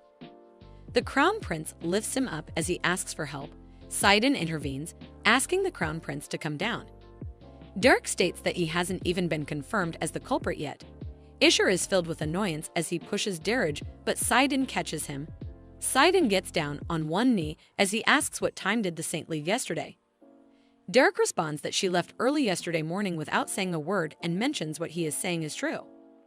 Rein calls out to Sidon and asks if he can please leave for a moment. He asks her if she is intending to interrogate him herself. She responds yes and asks Sidon to make sure no one comes in, including the crown prince. She then calls out to Derek and mentions that from now on he's going to be honest very, very much. She activates a skill, which is the Whisper of Belial. This puts the target in advance. The effectiveness is inversely proportional to the target's mental resistance and, if interrupted during casting, the effect becomes unstable. She thinks that this skill is convenient, but there is a big risk if they choose the wrong target. That is why she cannot use it on someone as big as Sidon. She commands him to think about his last memory with the saint. He states that all he sees is darkness. She ponders that she thinks this guy will work well. He also states that he sees strong resentment too. She smirks, realizing that it seems like he has already been hit with a similar skill. Derek calls out to her and states that he cannot feel her holy power. She questions what as he states, this is not holy power, it is dark magic. She ponders that she is aware of that too, as a saint would not have gotten this far with just one demon. However, she thinks the fact that she can use skills related to demons, which are difficult to find, indicates that a skilled individual is involved for sure. She wonders about exactly who and what they're aiming for by committing such acts. The Queen of Waves and Herring raises her hand as she questions what is wrong. The Queen of Waves and Herring says that the Crown Prince is now trying to destroy evidence. Rein seems annoyed as she rushes to him. She calls out to him and mentions that he probably has something to say to her. Doesn't he? He questions what is she talking about. She argues that she slams the table, mentioning about the saint's will, stating that it was found. The Queen of Waves and Healing witnessed it through the eyes of the spirits. He questions if she has a spy within his knighthood. She responds no, they should just say it was a keen intuition. He tells her that her behavior cannot be simply explained by a keen intuition. He takes out his sword. As he mentions, it is clear that she is colluding with his knights or keeping an eye on him. He smiles before he places his sword at her neck. He tells her he does not like either option. She smirks, questioning what can he do. If he were in her position, he probably would have done the same as she did. He states that he has never been in her position though, causing her to be annoyed. He tells her that the reason he did not show her the will was to protect her. She responds that it is quite bold of him to say that it is for her sake. He wonders if she can remain nonchalant after reading this as he hands her the will. She takes it away from him as it is written that during that time her life was stained like a white cloth for the mission for the Empire and for those who trust her. She couldn't say anything until now, but she cannot bear it any longer. She continues to read it as it is said a false engagement with someone who does not love her, someone who wants to kill her because of that engagement. These two facts began to gnaw at her soul. But even so, she was able to forgive those two people. No matter how much they hurt her, she can willingly love them. However, there was someone she could not forgive. The one being swayed by the situation is none other than her. Therefore, before Ring clenches her fist, she mentions that they are done for as they have boarded a sinking ship now. And that ship is sinking completely. He states that he has no idea what she's talking about. She yells at him, questioning, what is he saying? If the world finds out about this accusation, he and she both are finished. She is aware her quest, too, will be finished. Her main quest, which told her that she has now possessed the body of Reincarnates, the infamous daughter of the highest-ranking martial artist in the Lamdisa Empire. Her clear conditions were to reach fame, clear reward. She is aware that sub-quests had a couple of failures without significant consequences. But for the main quest, the aftermath of failure is unpredictable. Moreover, the clear reward is the item she needs most right now. She's aware that she has been so careful in trying to follow the original novel. She knows that she has not the time to carefully step on a stepping stone. She's the type to break it. Lord of Temperatures asks if breaking the stepping stone would not actually make things worse. She ponders, as she expected. Things are about to go downhill soon, and she needs to do something about it. The Crown Prince tells her that as long as she keeps quiet about it, there would not be any leaks. She trembles as she continues that this is not something Lion would do, as Lion was so stubbornly attached to him. She mentions that someone must have intervened and manipulated this and asks if he still does not feel a sense of crisis. She wonders, and that too by a skilled individual with ill intentions towards Lion and the Crown Prince. He tells her that all his knights are tight-lipped and he will not announce anything about the corpse until he can confirm if it is really Lion. She looks at him as she wonders if he has a brain in his head. She points at him as she mentions, if he is so confident about it, then how about he makes a bet? The bet about whether the contents of this will spread or not. He smirks as he questions if she wants to bet in the current situation. She asks, is it only him who does not understand the current situation? Why is he so confidently seeking help without believing in anything? She tells him that this is a trap set up to frame both him and her questioning. Is not that the case, she tells him, because His Majesty hid the will and believes in the knights. She asks if he really thinks all of this will go as planned. She turns around as she states that. She assures him it will not be long before the entire empire learns about this will.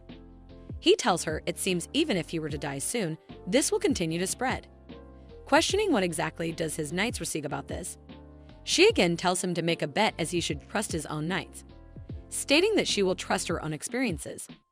He mentions that he accepts the bad, and if he wins then, she should follow his words without objection, and even though it is unlikely. But if by chance she wins, then she states that they should make it so that His Highness follows her words. She tells him, who does not seem like it will take long. As she states, there they come, the knightly order in his favor.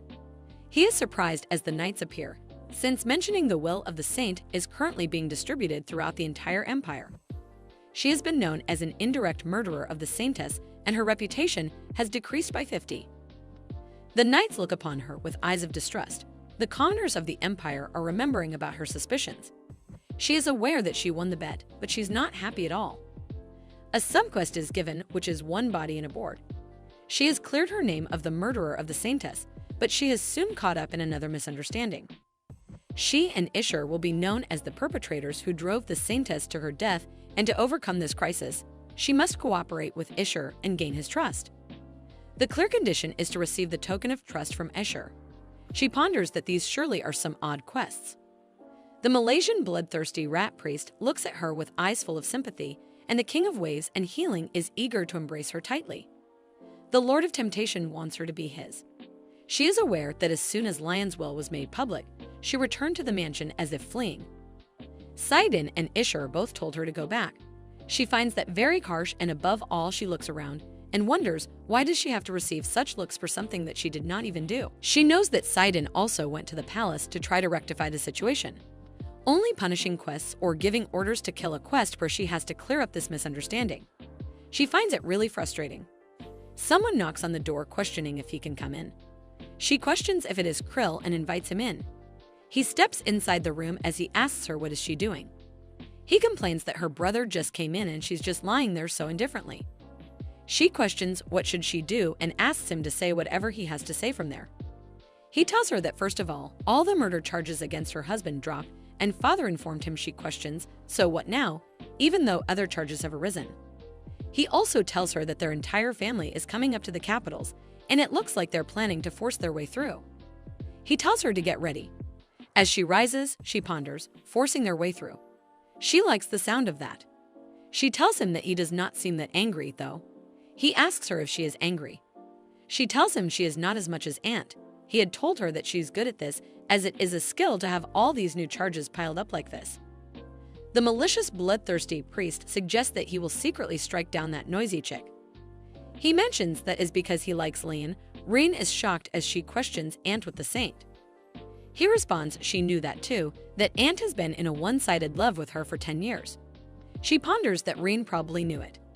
He questions how she could forget that, and states that is why Aunt specially scolded her more.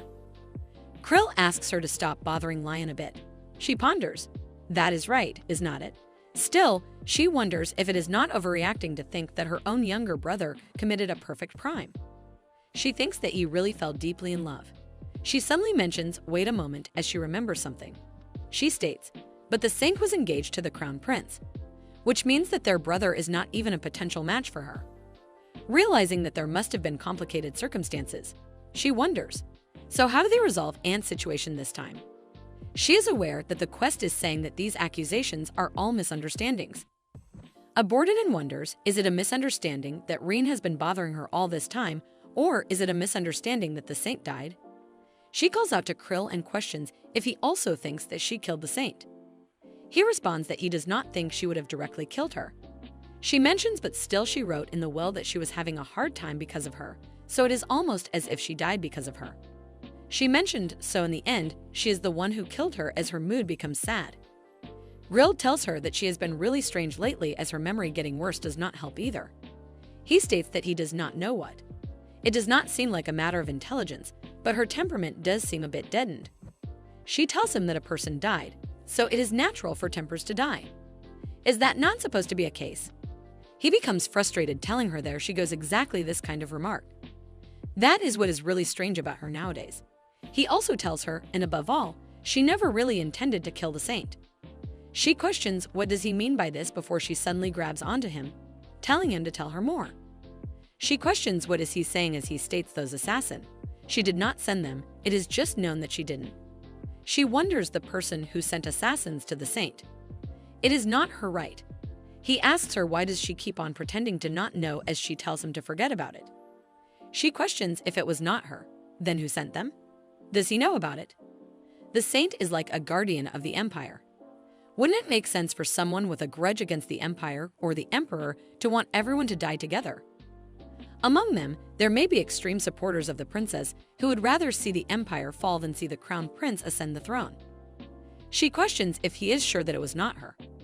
He tells her that if she was smart enough to send assassins, everyone would know if she were a person from the Cham of his family. She tells him that when it comes to Lion, he loses her mind, and that is why he locked her up and interrogated her. She yells, then why is it known that she sent them? He tells her that she seated herself at the party, that she sent assassin, and that she's such a dangerous person. so they should be careful. She questions why did she do that. As he responds, how would he know? She begins to hate him as she questions. Cannot he or aunt shut their mouths as older brothers? Mentioning if she were not knave, they both should have made efforts. The seducing Lord warns that the sword under her pillow is sharp. The King of Waves and Healing is preparing to heal Kirill. She ponders that according to Kirill's Rein has twisted someone else's sin onto himself. Having been constantly ignored at home for being weak, she must have been afraid of being ignored, even outside. And that she knows that she is someone so frightening that she can kill a saint who was loved by all. So they should not treat her lightly. She's a strong person. She wonders if this is what she wanted to assert. The malicious, bloodthirsty priest mutters under his breath. The King of Waves and Healing lets out a regretful sigh. The seducing lord bites his tongue. She is aware the more she does start, the more she will isolate herself, and she just seems like a physically grown child raised without even properly learning how to protect oneself like a child.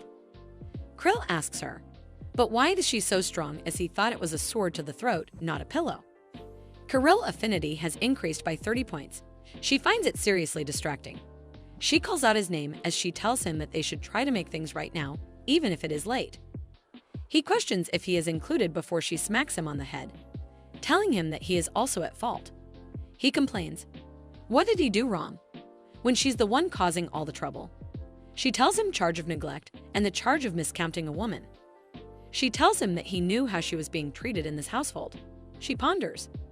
Seems like he knows what he has done, and that is probably why he even came here to tell her himself. She puts him on the head as she wonders. Well said. There seems to be a room for redemption. He launches out at her, telling her why she's all of a sudden treating him like a child. She tells him to just be grateful and states, but still he has to take responsibility. And they will take responsibility and resolve this matter. They will be the one to set things right, so from now on he also has to watch over her. As her older brother, he questions as her older brother as she responds. Yes, as they are a family after all, even though they were at odds before. But from now on, something like that, even if they fall, they should at least try. And someday she will return to her former self with his help. Anytime, knowing that she can rely on him to straighten out this household without any regrets. At the townhouse of the Marcus Magritte family in Ramas, the capital of the Randish Empire. She gets a déjà vu as she wonders why the room is as big as Marquis's mansion. She locks the door as she is aware the room is not important right now, and decides to move on with what she's doing. The King of Waves and Healing hands her something they found. She thanks the King of Waves and Healing. She remembers that hearing Kirill's words reminded her of something. She ponders people with as many grievances as Rein need a place to pour out their hearts. But since Rein had no one around, she ponders, would not there be something in a diary instead? She is aware that she was treated too much like a notorious villain, and she had not thought that Rein might not have sent the assassin. If it were not for that mistress, she might have thought of it sooner. She wonders, but where was that? The King of Waves and Healing testifies that it was under the mattress. She questions just there. It's a wonder it was never found. She questions it did nobody clean there at all. She opens it as she has tears in her eyes, wishing that she will make sure Rein walks on a flower path. She decides to start with the most recent one. It is questioned why does nobody believe what she said. She never laid a hand on Leon. Even her father says he believes her, but she can feel that he does not. She thinks that it seems to be warm before she was imprisoned and decides to look at some things older. Another one is that this girl Tolger keeps talking to her. She got so angry at being ignored that she lied without thinking, wondering what should she do. She should not have done that at that time. She should not have said that she was the one who sent poison to the saintess. But if she did not, it seemed like Talia would look down on her. Guess what kind of person is she? She keeps provoking and egging on Rein. She decides to focus on Lion first. Leon is really annoying, always pretending to be nice. Yesterday, she said that she wanted to have tea with her, so she only had one cup and left. She went hoping to at least see her face, but as expected, it was annoying. Leni brought a cake she made, saying she tested her new oven. She said she knows she's not the one who sent the assassin. Wondering what does she know, she said that she was too busy to send one, and Lion laughed. Rein wondered why does Isher like such a person. She seems so foolish in the end, she could not refuse Lion's request to meet again today. But they decided to meet secretly in case Isher finds out and scolds them. And wishing no one heard their conversation right. Another one is written that Shinjin is suspicious. She thought it was strange since he tried to touch her last time. It seems like the temple is completely corrupt. She ended up getting angry at Lion and realizes she should not have done that. She thinks that she got frustrated because the dog kept insisting on staying there. She wonders why cannot she make such a convincing argument. She suggested confiding in Isher, but Lian refused. She knows Isher does not love her and he will not oppose Shinjin for her. Rin closes the book and wonders what should she do now, as well as she thinks what is going on. She's aware that if this diary is to be believed, then the situation changes completely. She knows Lian knew that Rin had not attempted the assassination. She knows. In fact, Renee and Lian were each other's only friends, though she doubted it. Rin really was just a child without a temple. People just wanted to believe she was a willingness and wonders. Is that the reason why she came here? Among so many people, there was no one to help her, she and Lian, because the evil she too could not possibly stop on their own was too great. She wonders where on earth has Lian disappeared to, wishing for someone to help them. She wonders who would try to harm such young children. Sitting idly by and just thinking won't help her find the culprit. She's aware that she currently lacks too much information about this world, and there are many ways to gather information, and the most important thing is to know where to dig in. The main quest is that she is now possessed by the notorious villainess and the distinguished daughter of the Marquis Magritte family in the Ramdish Empire. The clear condition is to reach a reputation of 500. So, above all, completing this quest and finding the original story is the priority. She is having a cup of tea as Krill questions if this is for real. She responds, "Yes, all of this for real." She is aware that showing the diary to Krill was a kind adventure. She wonders if he did not believe, even after reading the diary. She was thinking of convincing him by force, but she knows that will not be necessary. He asks her why did she only tell him now. She questions would he have believed her. He tells her of course he would, but she's aware that he would not have believed. She ponders. At least he has some consciousness now. He tells her that he does not fully believe it yet, but he will try to believe her for now. He asks her to not get him wrong, he has not forgive her for disgracing their family name. He states that his only goal is to clear their family's dishonor. She calls out to him as she mentions he is not very honest. She tells him to come down and sit back down as she forces him. He wonders what kind of strength is that as he finds her really strong. She thanks him for finally believing her. She is aware that if he had believed her sooner, many things would have been different. She is also aware that the one who should be apologizing is not her, so from now on, she will just have to be satisfied with this. She states that she is aware it is still hard to believe everything, so she should prove her words by hosting a party. He tells her the kind of party that she is talking about can only be held by his father or elder brother, and at best he can only host a tea party or a small gathering. She asks him why is that the case. As he questioned why is she asking, she tells him that she is from the Marcos family, so why would not it be possible? He does her daughters because father favors his brother more than them. He states anyway, even his brother cannot just hold one whenever he wants. Father dislikes wasting money, so there has to be a significant occasion where it needs to be a birthday to have a party. He states that she knows this too. Then why is she asking it again? She is aware that the scale of the party Reen asked Kirill for was like this. Not only the promotion nobles and regional lots, but also influential minor nobles could attend. In other words, a party where as many people as are possible can attend and see her. She is aware that with the rumors about her might die down a bit and questions how significant does the occasion needs to be to convince him. He tells her to try entering the top level of sword experts. If it is that, then father would gladly agree. She asks him, but why have not he had one? He tells her because he's only intermediate. She calls out to him as she questions he honestly hates Ant. Does not he, she states, that she will give that Ant guy a piece of her mind. Kirill Magritte's favorability towards her has increased by 10. She ponders. This guy really wears his thoughts on his face as he questions. How is she going to do that? She smirks as she states she can do it. He finds it strange, wondering why does he feel a chill down his spine as if he is facing a demon. The Lord of Temptation smiles wickedly. She tells him that he could just do that top-level thing or whatever. The King of Waves and Healing shakes their head in disapproval, and the cruel blood priest looks at the victim and licks their lips. In the evening, murmurs spread among the gathered guests.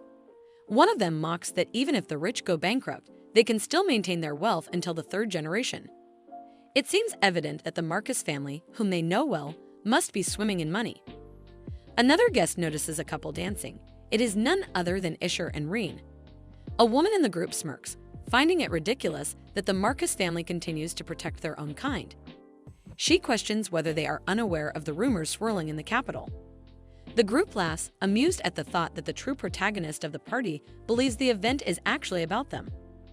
Technically, this gathering is meant to celebrate the Marcus family's recent achievement, reaching the highest level of sword expertise.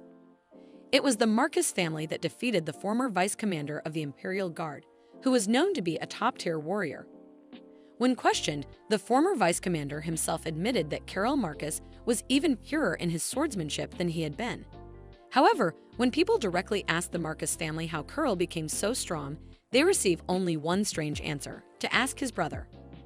No one knows if this statement holds any truth, but it is the reason why so many have gathered here today. Some wonder if the Crown Prince's presence is also linked to this rumor. As Reen and the Isher continue their dance, Seddon watches them from a distance. Carol, standing beside him, points out that the situation is about to become interesting. Observing Seddon's demeanor, Carol questions whether he has any particular interest in his sister. Seddon, looking visibly gloomy, causes Carol to wonder if he dislikes the idea that much. Dismissing the thought, Carol jokingly tells him he was only kidding. Changing the subject, Seddon congratulates Carol on becoming a top-tier sword expert. Carol humbly responds that his strength was not achieved through his efforts alone. It was all thanks to Reen. He then questions whether Reen has ever told Seddon about that. Seddon, confused, asks what exactly he means, but before Carol can respond, a group of people rushes toward him. The crowd surrounds Carol, excitedly praising how incredible it is that he has already reached such a prestigious level in swordsmanship. Growing nervous from the overwhelming attention, Carol asks them to step back, but they continue pressing in on him. Unfamiliar with such a situation, he decides to escape, running off from the crowd. Meanwhile, Seddon remains standing there, deep in thought. He wonders if the rumors are actually true. Was Carol's rapid growth truly all thanks to Reen? The idea of such a secret, one that allows someone to grow so strong in such a short period, is something he has never heard of before. He cannot help but wonder what Reen is thinking and wishes she would tell him the truth. Suddenly, a voice behind him interrupts his thoughts. Someone asks if he is enjoying the party. It is none other than Reen. He tells her that rumors are spreading rapidly and that all the prestigious families have gathered here tonight. In this situation, whatever she says will garner immense interest.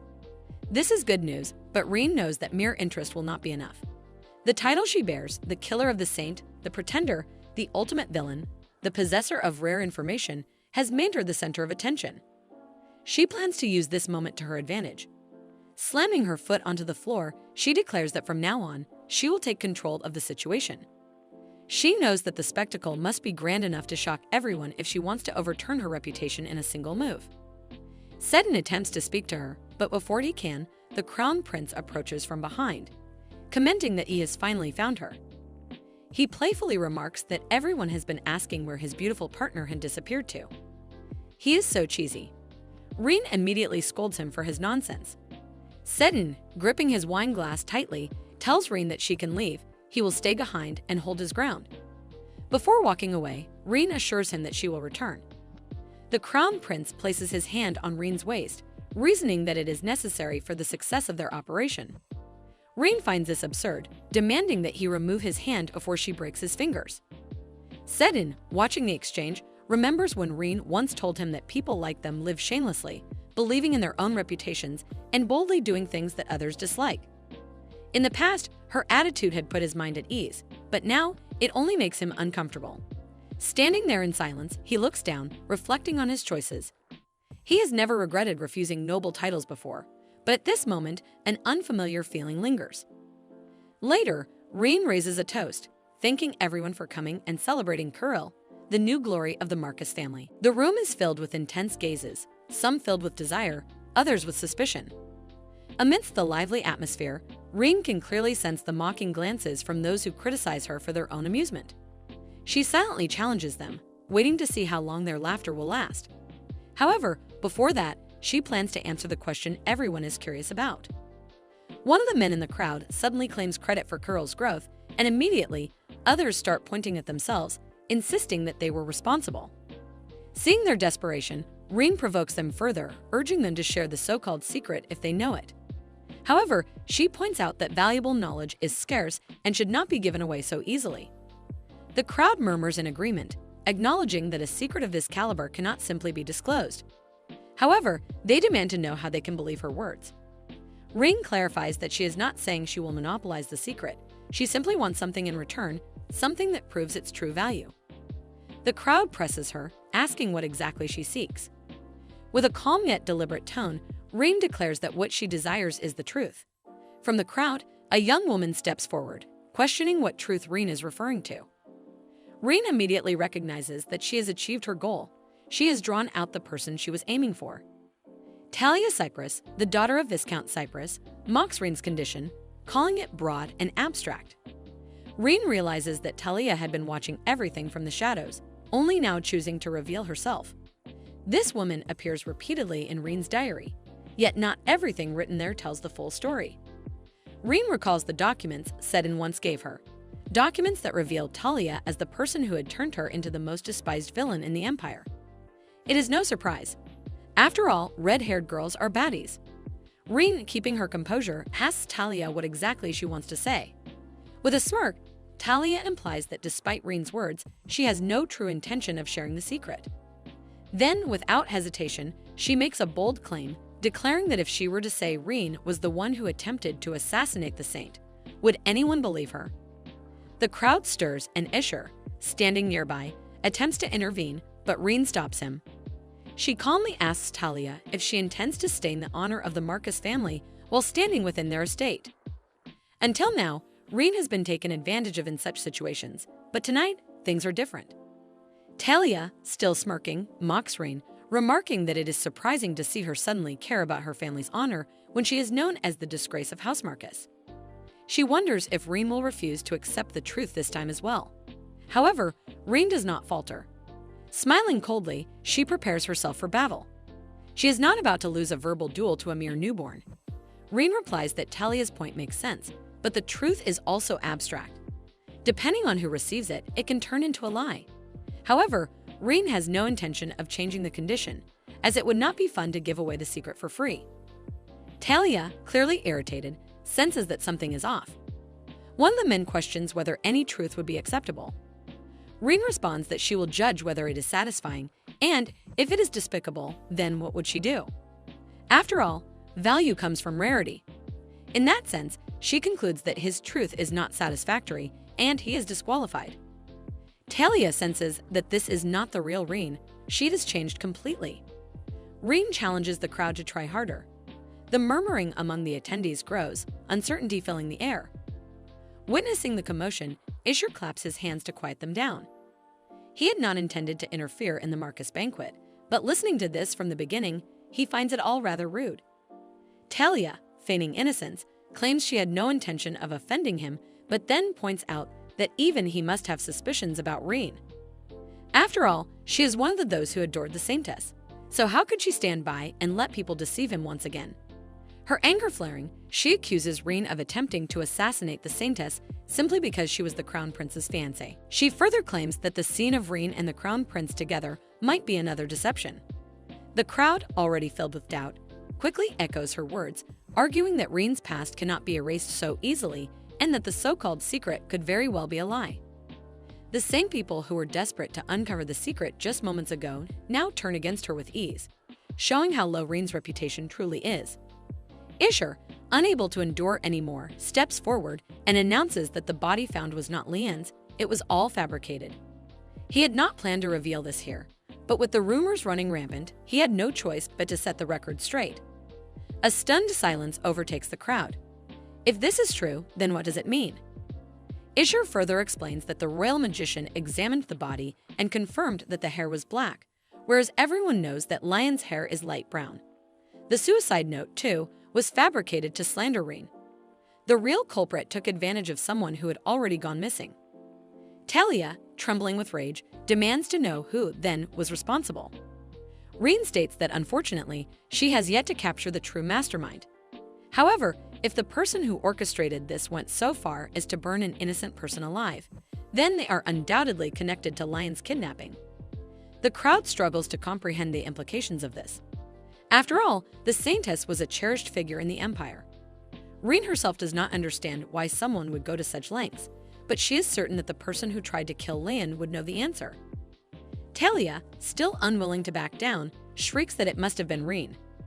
Narrowing her eyes, Rein turns her gaze toward her and calls out her name, Talia Cypress. She then declares that the one who has been sending assassins after Lian is none other than Talia herself. Talia, despite being the daughter of a count's family, had always been envious of Lian. Like her, Lian was a noble lady, but unlike her, Lian was chosen by Balua as the Saintess. Talia had been born with magical abilities, making her one of the few noble ladies of her generation to possess such talent. Naturally, she had attracted admiration and attention, but all of that changed in an instant with the birth of the Empire's Saintess. The admiration she once received vanished as quickly as melting snow. Talia resented Lian deeply. Even Lian's gentle and humble nature felt like an insult to her, an unbearable display of arrogance. While Talia saw herself as the rightful center of attention, the people only cared about venerating Lian as the Saintess. When the universally beloved Saintess announced her engagement to the Crown Prince, Talia's jealousy twisted into something even darker. It was as if her insides were being wrenched apart. However, she knew the consequences of acting against the Crown Prince's fiancé, so she looked elsewhere. When she first heard the rumors about Rein, Talia was fascinated. The infamous villainess, the only daughter of the Empire's Duke family, a woman who dared to defy the Crown Prince's authority, Rein was the perfect villainess, the kind of woman Talia admired. But when she met Rein in person, she found nothing but a coward pretending to be strong. Feeling betrayed by her own expectations, she decided to act in accordance with her nature. She pinned everything she had done onto Rein, ensuring that all of Rein's crimes would be blamed on her. Harassing the detestable Lian while burying Rein, two birds, one stone. That was how Talia had lived. But now, confronted by Rein, she finds herself speechless. Talia scoffs at Rein's accusations, calling them absurd and demanding evidence. Rein, unfazed, states that the evidence is standing before her, every single person in this hall. A murmur runs through the crowd as their gazes sharpen, scrutinizing Talia.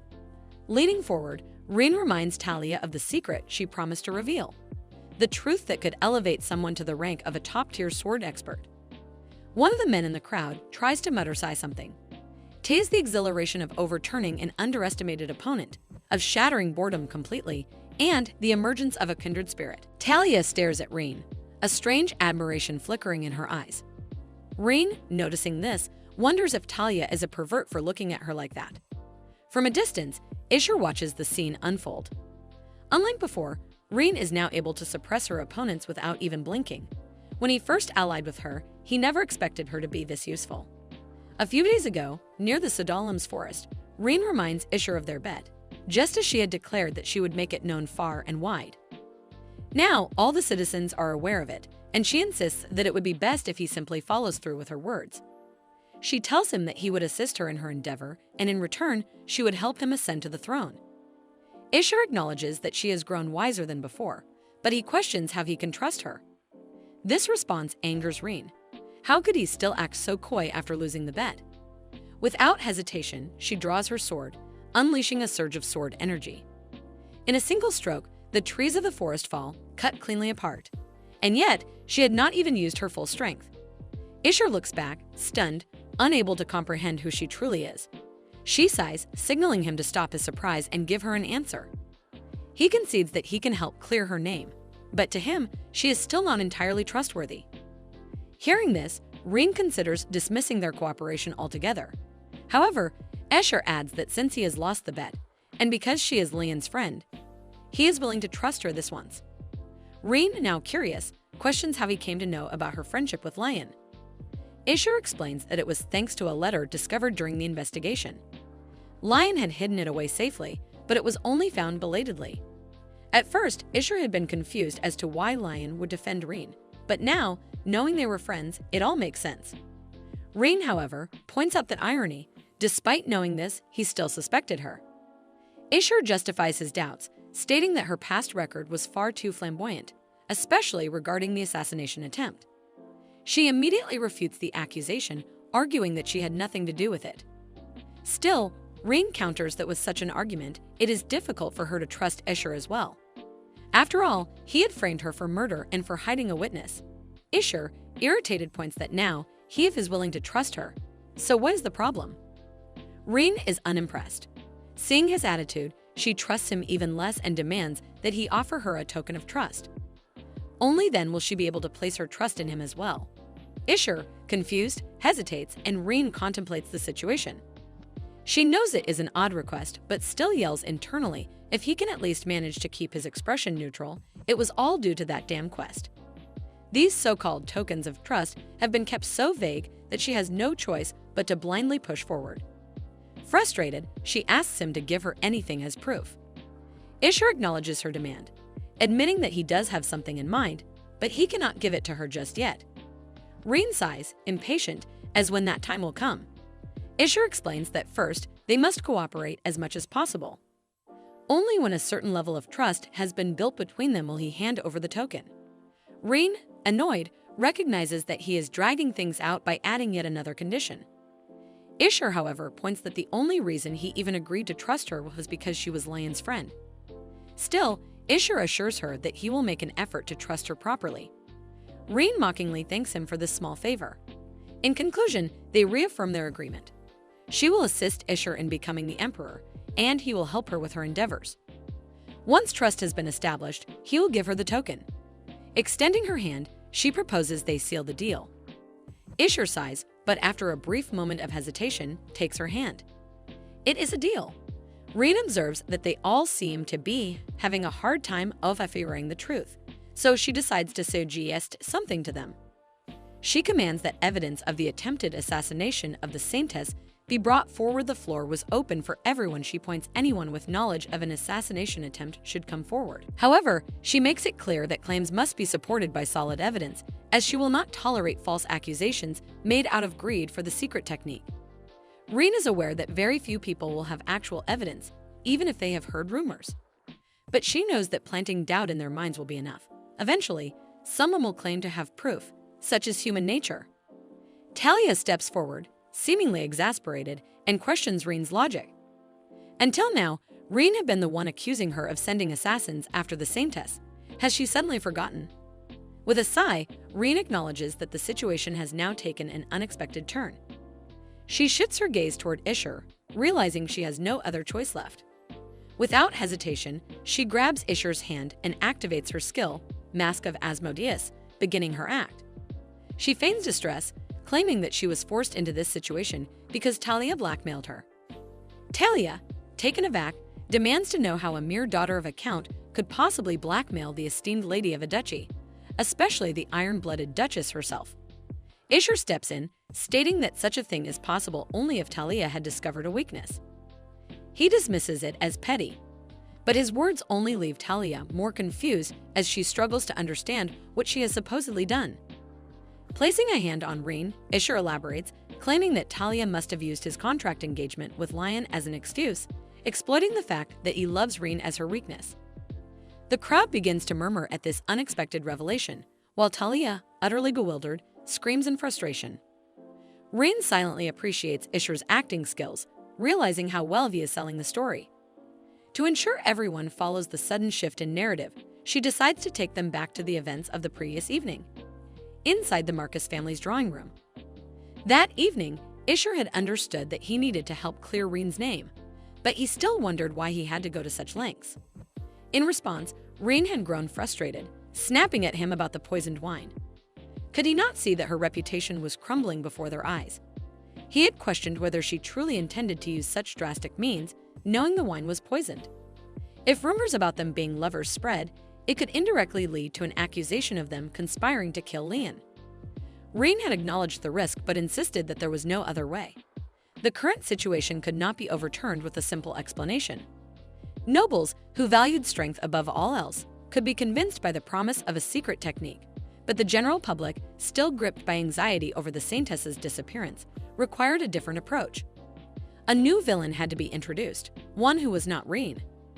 Isher had understood her reasoning but found it reckless to involve a third party in a scandal believing there was no need to fabricate a story. However, Rein encountered that rumors already suggested she was the only one with unrequited feelings for him. Due to the contents of the political marriage letter, people were speculating that their relationship was more than it appeared. While nobles, having witnessed how coldly Ishur treated her, might dismiss the rumors, the same could not be said for commoners. Finding Lion was imperative, but if that failed, they needed to divert attention quickly. Ishur had reluctantly agreed, recognizing that rumors, once reversed, could be a powerful tool. If people were convinced their love was real, they would also accept the idea that Talia had manipulated them. Thus, their best course of action was to pose as pitiful lovers, used and betrayed by Talia. Scandals, after all, spread like wildfire, whether among commoners or nobles. And so, Ishur had to play the role of a man in love with Rein while secretly despising her. Rein had felt utterly humiliated by the plan, but she conceded that it was better than being trapped in a losing situation and unable to locate Lian. Now, back in the present, Talia vehemently protests, insisting that the opposite is true and that Rein had always been the one with feelings for Ishur. Without missing a beat, Ishur, maintaining his role, explains that his emotions had been different before their engagement. At that time, he had been blinded by duty to the empire, failing to recognize his true feelings and pushing them aside, believing it was the right thing to do. But as he continues, his performance grows even more dramatic. He claims that, as a mere human, he had only realized his heart's true desire after being with someone else. No matter what, his love for Rein could not be shaken. His heart, he declares, belongs solely to her. He should be cast in a drama. Ishur then solemnly states that by the time he realized his feelings, it was too late. Rein's heart had already turned away from him, choosing to remain faithful to Lion, her betrothed. The two of them had been trapped in misunderstandings for a long time, suffering because of circumstances beyond their control. He further confesses that it was he who had betrayed the gods, not Rein. She had nothing to do with it. Even Rein cannot help but admit that Ishur would have made a remarkable actor had he been born in another life. The script itself may be weak, but his performance is carrying the entire act. Then, suddenly, Ishur's eyes turn red. He looks at Rein and insists that now is not the time. Rein, confused, wonders what he is talking about. This was not part of the script. Before she can react, Ishur pulls something from his pocket and declares that he cannot wait any longer. Panic sets in, and Rein hastily activates her voice transmission skill, commanding him to shut up and stop whatever he is trying to do. Ignoring her, Ishur wears her ring and asks if she will give him one more chance. Rein, staring at him with a bewildered expression, feels an overwhelming thirst. At that moment, a quest notification appears. She has received the token of trust from Ishur. Later that night, Rein sits alone, drowning herself in alcohol as she contemplates what has just happened. Everything had been going smoothly, so why did Ishur suddenly decide to propose? Why did he have to ruin their carefully laid-out plan? The King of Waves and Healing expresses his approval, his eyes sparkling as he declares that he accepts this relationship. Meanwhile, the vicious blood cult leader screams in outrage, vehemently opposing it. The Lord of Temptation, on the other hand, simply laughs, remarking that he never expected Ishur to be worse than Seddon. Rein sighs, glancing at her status screen. The number -500 stares back at her.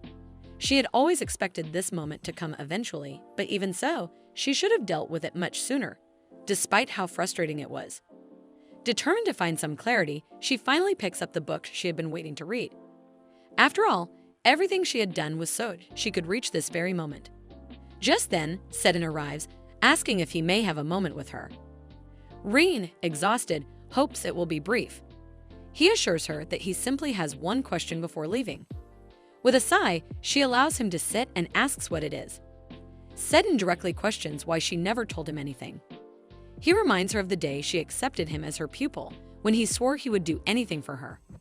Since then, he has looked into all the things Talia had done to her, and he realizes that if he had gone public with that information, he would have also had to expose the Crown Prince. He looks broken as he asks why she was willing to accept such a difficult situation. Rein acknowledges that it is a valid question. She had accepted Seddon as her pupil, but she had never expected him to ask something like this. She explains that even if she had presented evidence, people would not have believed her so easily. That is why they needed a dramatic performance. Most importantly, this was his responsibility, not hers. She had no intention of leaving her fate in someone else's hands. She had always solved things on her own. That was what she was used to. However, she assures him that the evidence he gathered will be useful in determining whether people are telling the truth. She hopes he is not disappointed. Sedin, struggling to hide his emotions, reluctantly asks if this is the reason she and the crown prince. Realizing what he is implying, Rein questions whether he is referring to her fake relationship with Ishur. Sedin is shocked to learn that they are already on a first-name basis. Rein, growing nervous, confirms he can say that, but in reality, Rein only thinks of Ishur as if he were a character in a novel. Sedin gets sad since he had believed she no longer had feelings for Ishur. She clarifies that their relationship is not real, it is merely a strategic alliance. Rein, irritated, demands to know what that even means. Sedin sighs once more, admitting that if he wishes to stay by her side, he will simply have to accept things as they are. However, he hopes that in the future, she will not hesitate to use him if she needs to. He does not want to feel as helpless as he did at the party again. If he to become someone better suited for her, then perhaps one day she will be able to lean on him a little more. At the capital palace, Ishur questions whether Sedin truly desires the title of Marquis. Sedin responds that it was always meant for him, after all. Ishur, however, points out the contradiction. Why is he seeking the title now when he had previously refused it? Sedin, with an air of indifference, remarks that if he cannot obtain it here, he will simply go to another empire where his title can be granted. Ishur observes that Sedin has changed significantly and wonders aloud if this transformation is because of Rein. He further states that he cannot allow an imperial swordsman to defect to another nation. However, since Sedin once rejected the title and swore never to pledge allegiance to anyone, he will now have to prove himself by completing a mission, one that would justify offering the title again. When Sedin inquires about the nature of this mission, Ishur informs him of unsettling reports from the northern borders. The Margrave has sent word of a rising number of monsters in the area, alongside outbreaks of contagious diseases and widespread famine. Sedin argues that such crises, monsters, famine, and plagues could be linked to dark magic, making it the temple's responsibility to handle. Ishur acknowledges this possibility, but explains that the temple is easily frightened by such matters, which is why he wants Sedin to investigate personally. If Sedin successfully completes this task, Ishur confirms that he will grant him the title. Without hesitation, Sedin prepares to depart, to which Ishur urges him to make haste, as winter is approaching. As Sedin turns to leave, Ishur suddenly calls out to him, questioning if Rein is truly the reason behind his change of heart, the reason he now desires the title he once refused. Sedin hesitates before responding, uncertain of his own feelings. He silently wonders if Rein really holds that much importance to him and whether he can even define what she means to him. Finally, he replies that he does not know, but whatever she means to him, it is far greater than what she means to Ishur. Ishur, clearly irritated, remarks on how Sedin is growing increasingly insolent, much like Rein. However, Sedin's words leave Ishur deep in thought as he gazes at his ring, pondering what Rein truly means to him. The scene shifts to Rein, who receives another quest. After finishing the first book of the novel, she has come to a troubling realization. Completing the novel requires her to engage in a romantic relationship, something she has no experience with.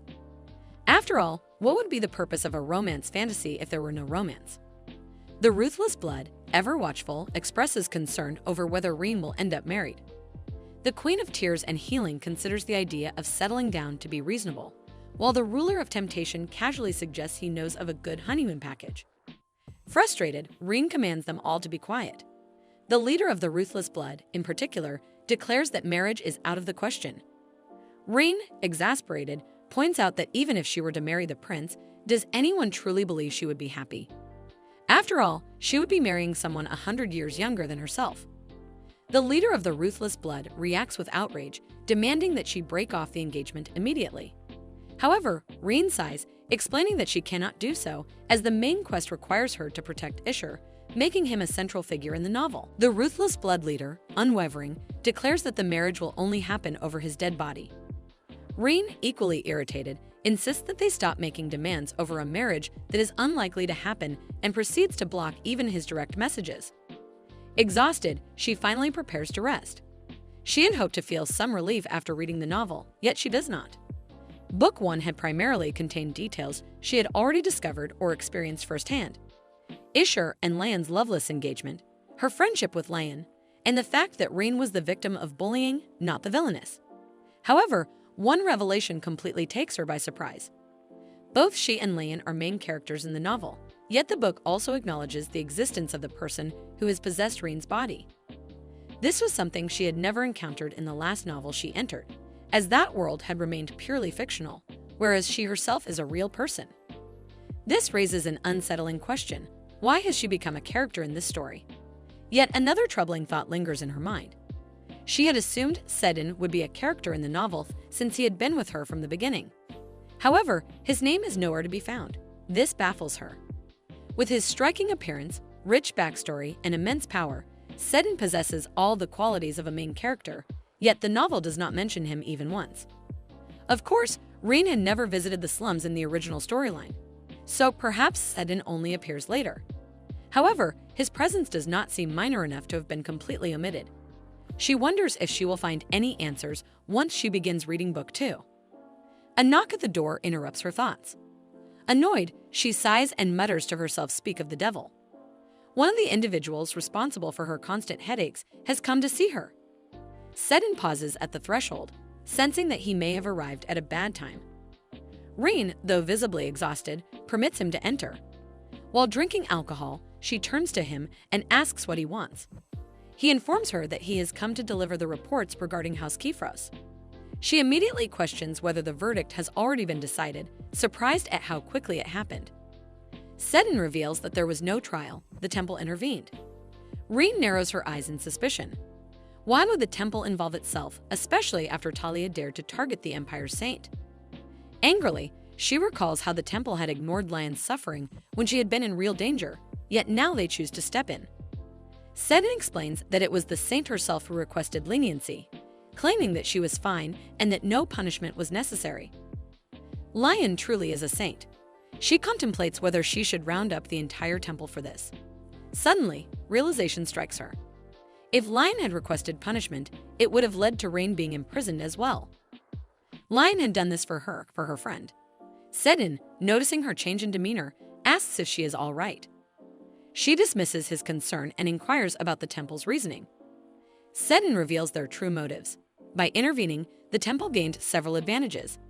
They publicly aligned themselves with the prince, used the opportunity to execute Count and Countess Kifros, key figures in the princess's faction, and secured a merciful image by sending Talia to a convent under the pretense that she was still a young lady. Furthermore, they justified their past silence on assassination attempts against Layan by attributing it to Layan's boundless mercy. This entire ordeal allowed them to demonstrate their continued power, showing that they could still influence noble trials and enforce executions. Rein, growing irritated, mutters that the temple says one thing but thinks another. This is precisely why she dislikes religious figures.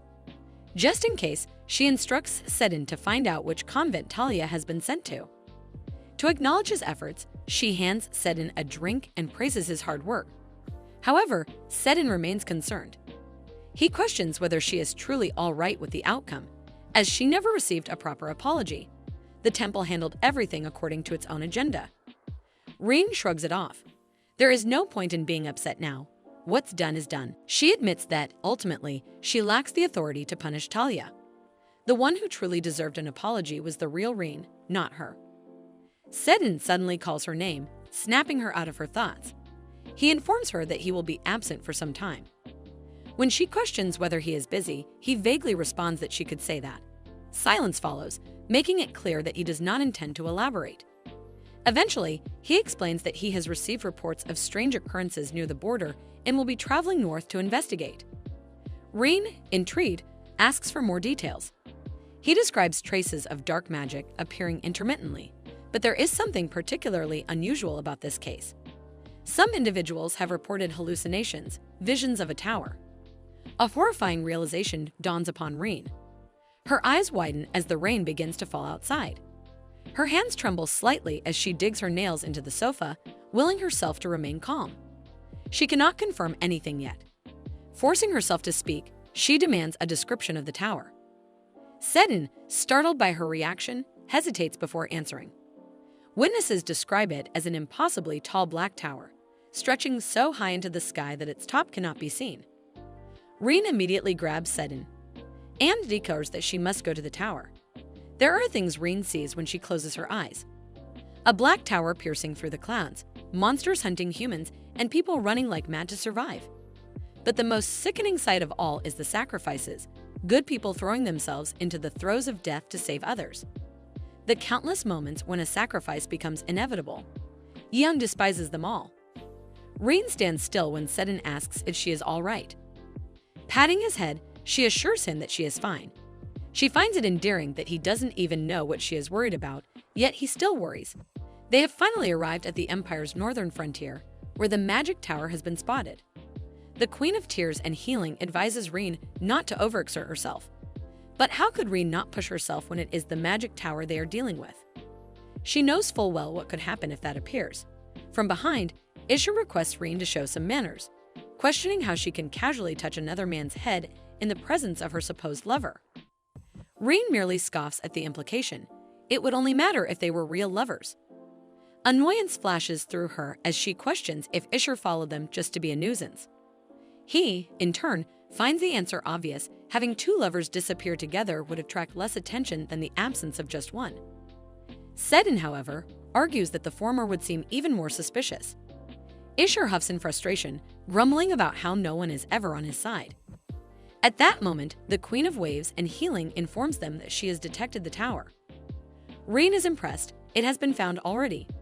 Without hesitation, she starts running, her senses sharpening as she feels the energy growing stronger. Yet something is different. There is more than one familiar energy within the magic tower, something both recognizable and foreign at the same time. The ruler of temptation acknowledges familiarity with both presences. Sedin, standing beside Rein, suddenly feels a dangerous force emanating from the tower. Isher, undeterred, prompts Rein to step forward, admitting that he himself has never felt such an energy before. As Sedin places a hand on Rein's shoulder, Isher immediately slaps it away. The two rivals begin bickering over who should protect her, much to Rein's exasperation.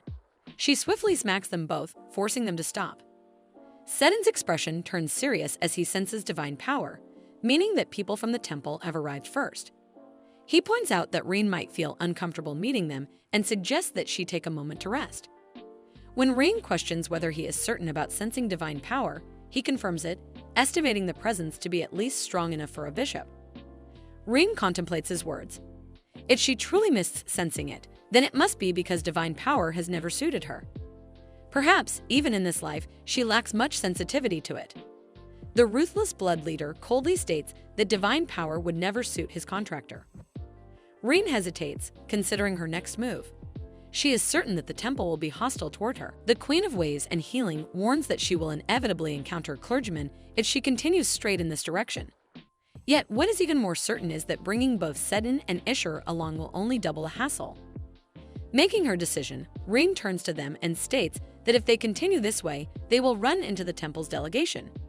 She instructs them to go ahead and speak with the delegation first. There is something she needs to look into on her own. Her words shock both men. Isher immediately protests, insisting that it is too dangerous and that he will accompany her. Rein, however, dismisses his concern, stating that this only concerns her and has nothing to do with him. She assures him that it won't be dangerous at all. Isher attempts to argue but fails miserably. Sedin tries next, using his gentle yet firm demeanor to claim that her business is his business. He, too, fails. Rein stops them both, firmly stating that they will only get in her way. If they are so worried for her, they can simply wait for her. She will find them later. Without another word, she leaps onto the winter bear and disappears from their sight. Now alone, she activates the impenetrable net, a spell that normally requires multiple casters, but with her elementals, she is confident she can manage it on her own. She focuses her senses and detects people hunting nearby. The individuals with divine power seem to have noticed her as well. But something else catches her attention, an evil energy heading in her direction. She halts, narrowing her eyes. Is she imagining things? The ruthless blood leader laments the situation, while the Queen of Waves and Healing prepares Greta water to cleanse Rein's eyes. The ruler of temptation offers his condolences in an exaggerated manner. In front of Rein stands the tower. It is several times larger and more ominous than she remembers from her past life. The ruthless blood leader notes that it feels far more alien and dangerous than before. At that moment, a system notification appears before her. A new subquest has been assigned. Subquest was that the tower, a space of eternal mystery that does not belong to this world, has appeared. However, it looks different from what Rein remembers from her past life, and promotes how about she go inside and see how different it is with her own eyes. Conditions for completion were to clear the 3rd floor of the tower, and completion reward was Astra summoning greater than skill. Rein sweats knowing this is a problem. The ruthless blood leader practically vomits blood in excitement. The Queen of Waves and Healing subtly glances at Rein with anticipation. The ruler of temptation eagerly begs her to summon him, promising that he won't demand any more souls. Rein deeply regrets her life choices as the Astras become increasingly excited. Astras, omnipotent gods or beings whose names have echoed throughout the universe due to their extraordinary powers. They lend their strength to contractors, either to spread their fame in the world or simply for the pleasure of watching their contractors fulfill their goals. The Astras Rein has known for a long time were like that once. The ruthless blood leader complains that Rein should say something because he is bored. The Queen of Waves and Healing wails after being dumped by the final spark of life. The ruler of temptation sends Rein a flirtatious wink. They are no longer just powerful entities, they have become needy VIP customers. Anonymous Astra grumbles that he has been locked away for 5,000 years. If he can't even be summoned once just to see the light of day, what's the point? Back in his day, contractors did everything their Astras asked of them. Anonymous Astra, he insists that they are only worried about Rein. After all, who could possibly hurt her? She is strong on her own, but wouldn't it be fine if she summoned them just a little? Anonymous Astra C is unable to attend the conversation. He is too busy making a list of things to do once he is summoned. Rein understands their excitement. After only being able to assist her indirectly, they are desperate to enter the world themselves. They want this badly. She turns her attention back to the tower. There are no monsters nearby, which means it has not yet been activated. If that is the case, then the door will not open either. Only one option remains. She slams her fist against the door, activating both her fire and water powers, and demands to come to her. But inside the tower, there is no one. The ruthless blood leader scans the surroundings carefully. Rein's gaze lands on a stone slate, something she has never seen on any floor of the tower before. A system notification flashes before her eyes. She scowls, shouting in frustration. Is it really a system notification? She wonders if the system actually be the one sending her messages now, when it has never sent a single notification for hundreds of years, and now it suddenly chooses to communicate with her through the tower. It is shocking enough that the system has sent a notification like this, but Rein is even more surprised to find that there are more than just a few stone slates scattered around. As she scans the area, her eyes land on another slate. The message reads, "There's been an error in their reward distribution due to an unexpected bug in the system, and they are working hard to fix the problem. But it doesn't look like they will be able to resolve it anytime soon." They understand that Rein is eagerly waiting for her reward, and after some urgent discussions on the matter, they'd offer a solution to her. Rein scoffs that at least they seem to have some semblance of a conscience. However, the system notification has other plans. Another slate appears before her, stating that they would like her to fix the bug for them. Apparently, after analyzing the issue, they have determined that the bug responsible for breaking the system is right here in this very tower. Once she clears the tower, the bug will be fixed as well. The ruthless blood leader calmly advises Rein to be patient and read a little further. Begrudgingly, she picks up another slate.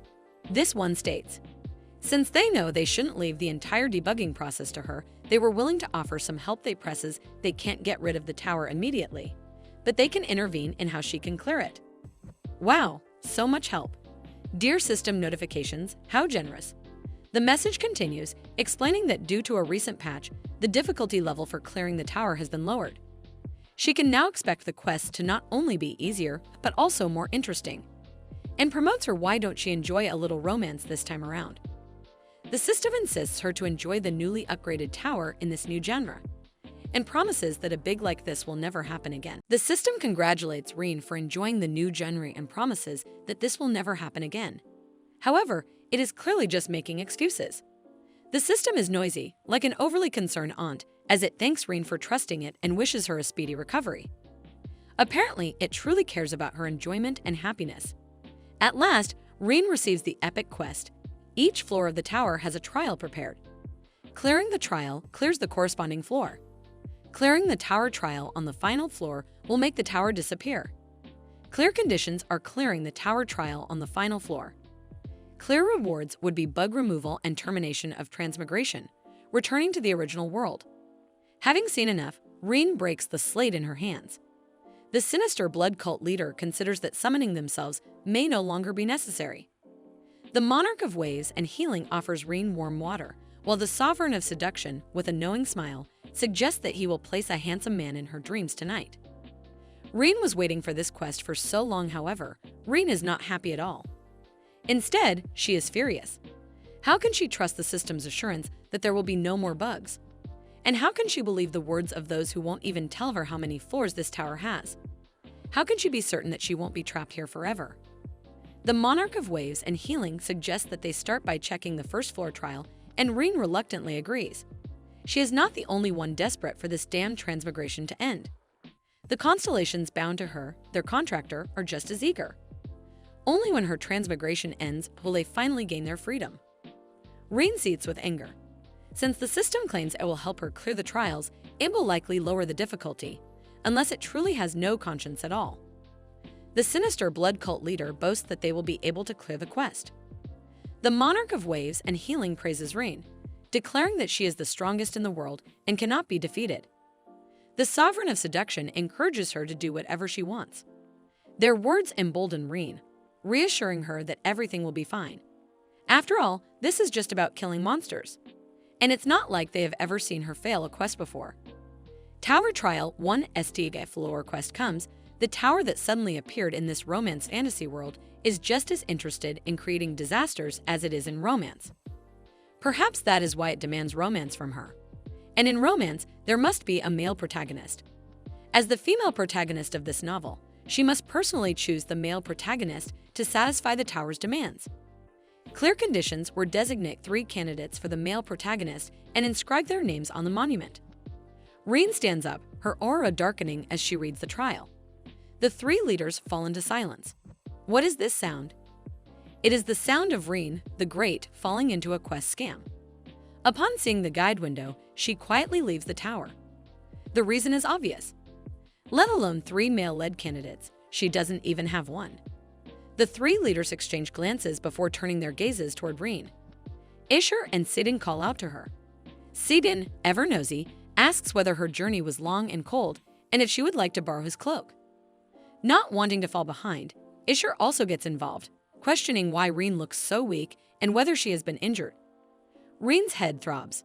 Why in the world do these 2 have to shine so brightly when she is troubled? She wishes the system wouldn't force her to choose one of them as the male lead. Why is she the only one expected to engage in romance here? And what if she chooses one of them and they don't even like her? The tower's clearing conditions would fail. The monarch of waves and healing strongly affirms that the system is at fault this time. The sovereign of seduction laughs, saying the system has clearly overestimated Reen. Isher, still shining as ever, looks troubled. He asks why she left without saying a word. Was it a lie when she said they were in the same boat? Sidin, equally radiant, looks just as worried.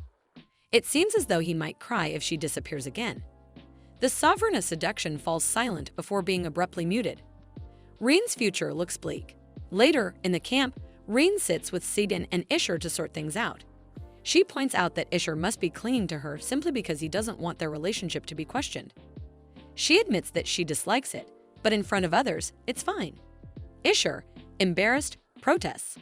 Does she really think he is doing this because he enjoys it? Reen, turning to Sidin with a firm tone, states that she doesn't like being overprotected.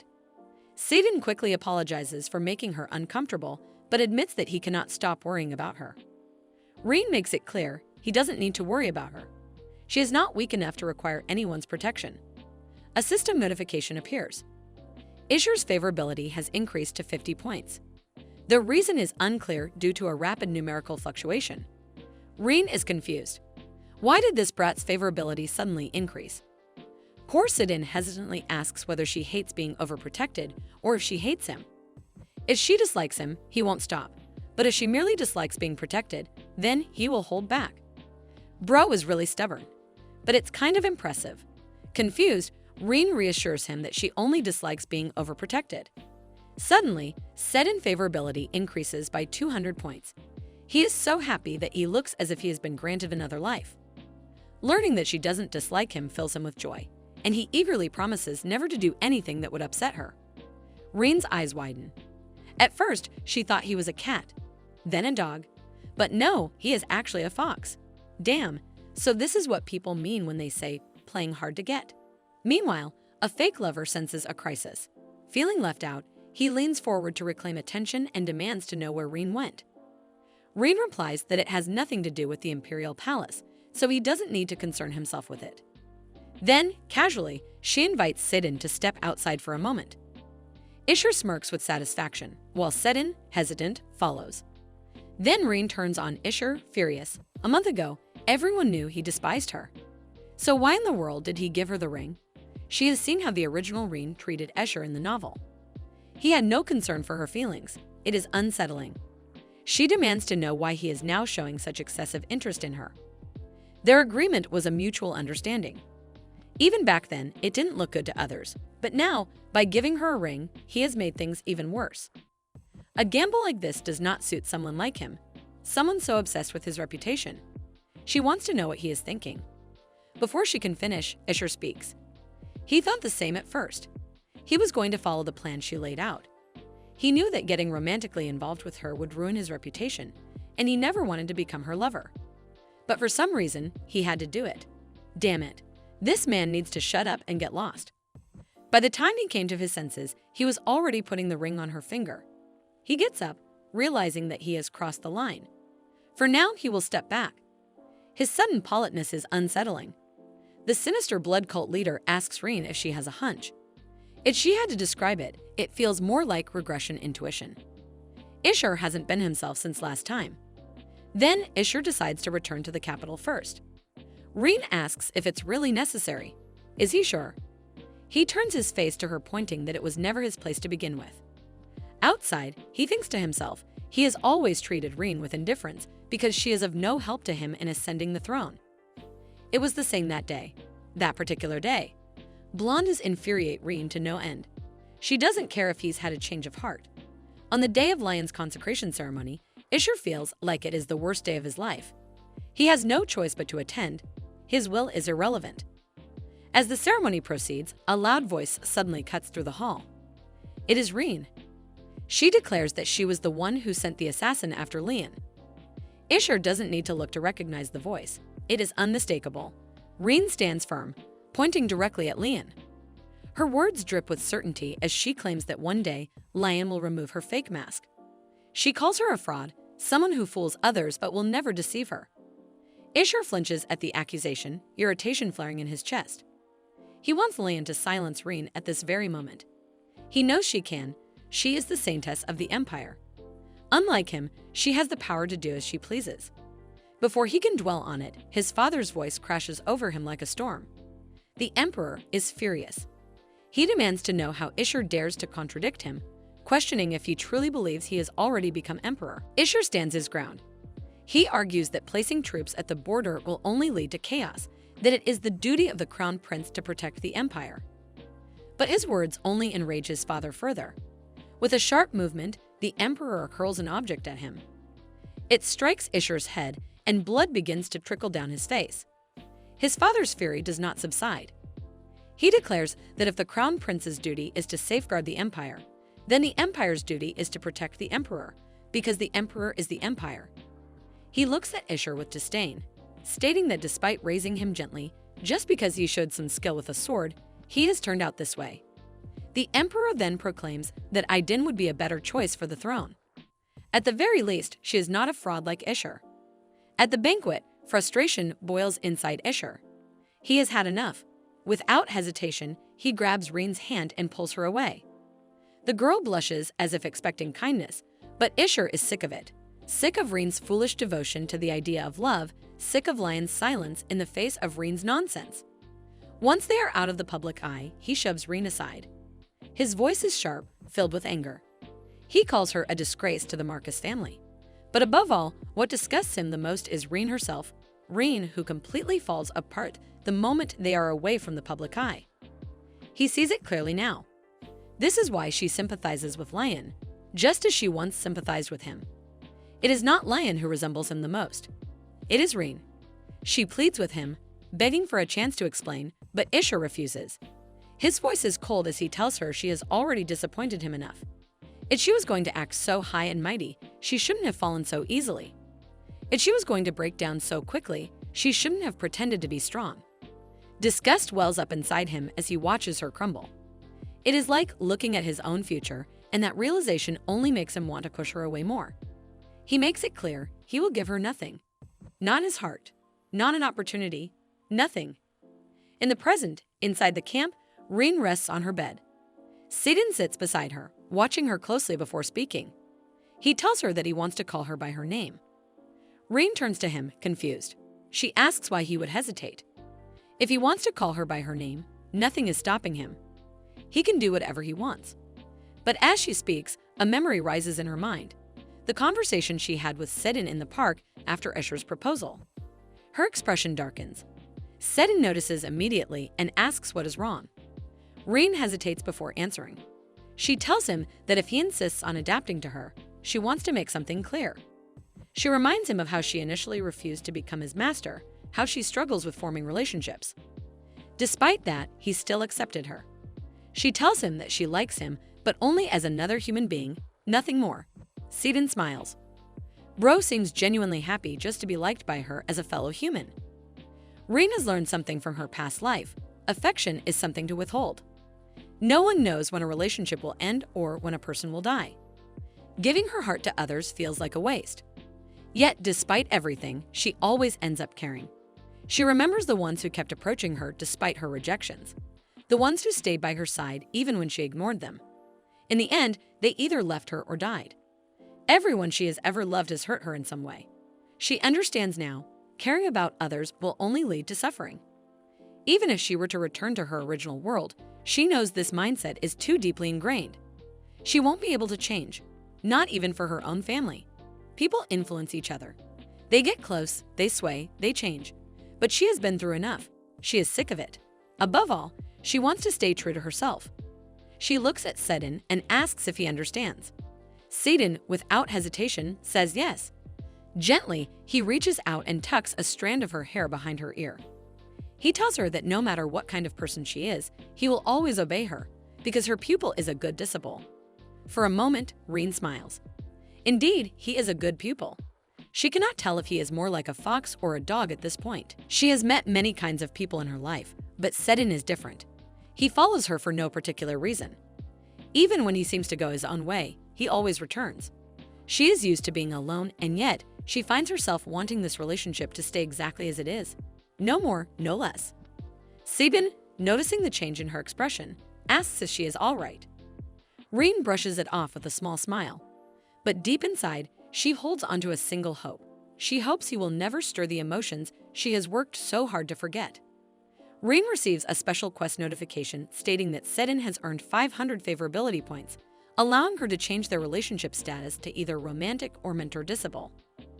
She considers the possibility of another quest triggering if she chooses romance, so she selects the mentor-disciple relationship instead. The Sovereign of Seduction questions whether she is certain she won't regret this choice. Rein acknowledges that she might regret it eventually, but not right now.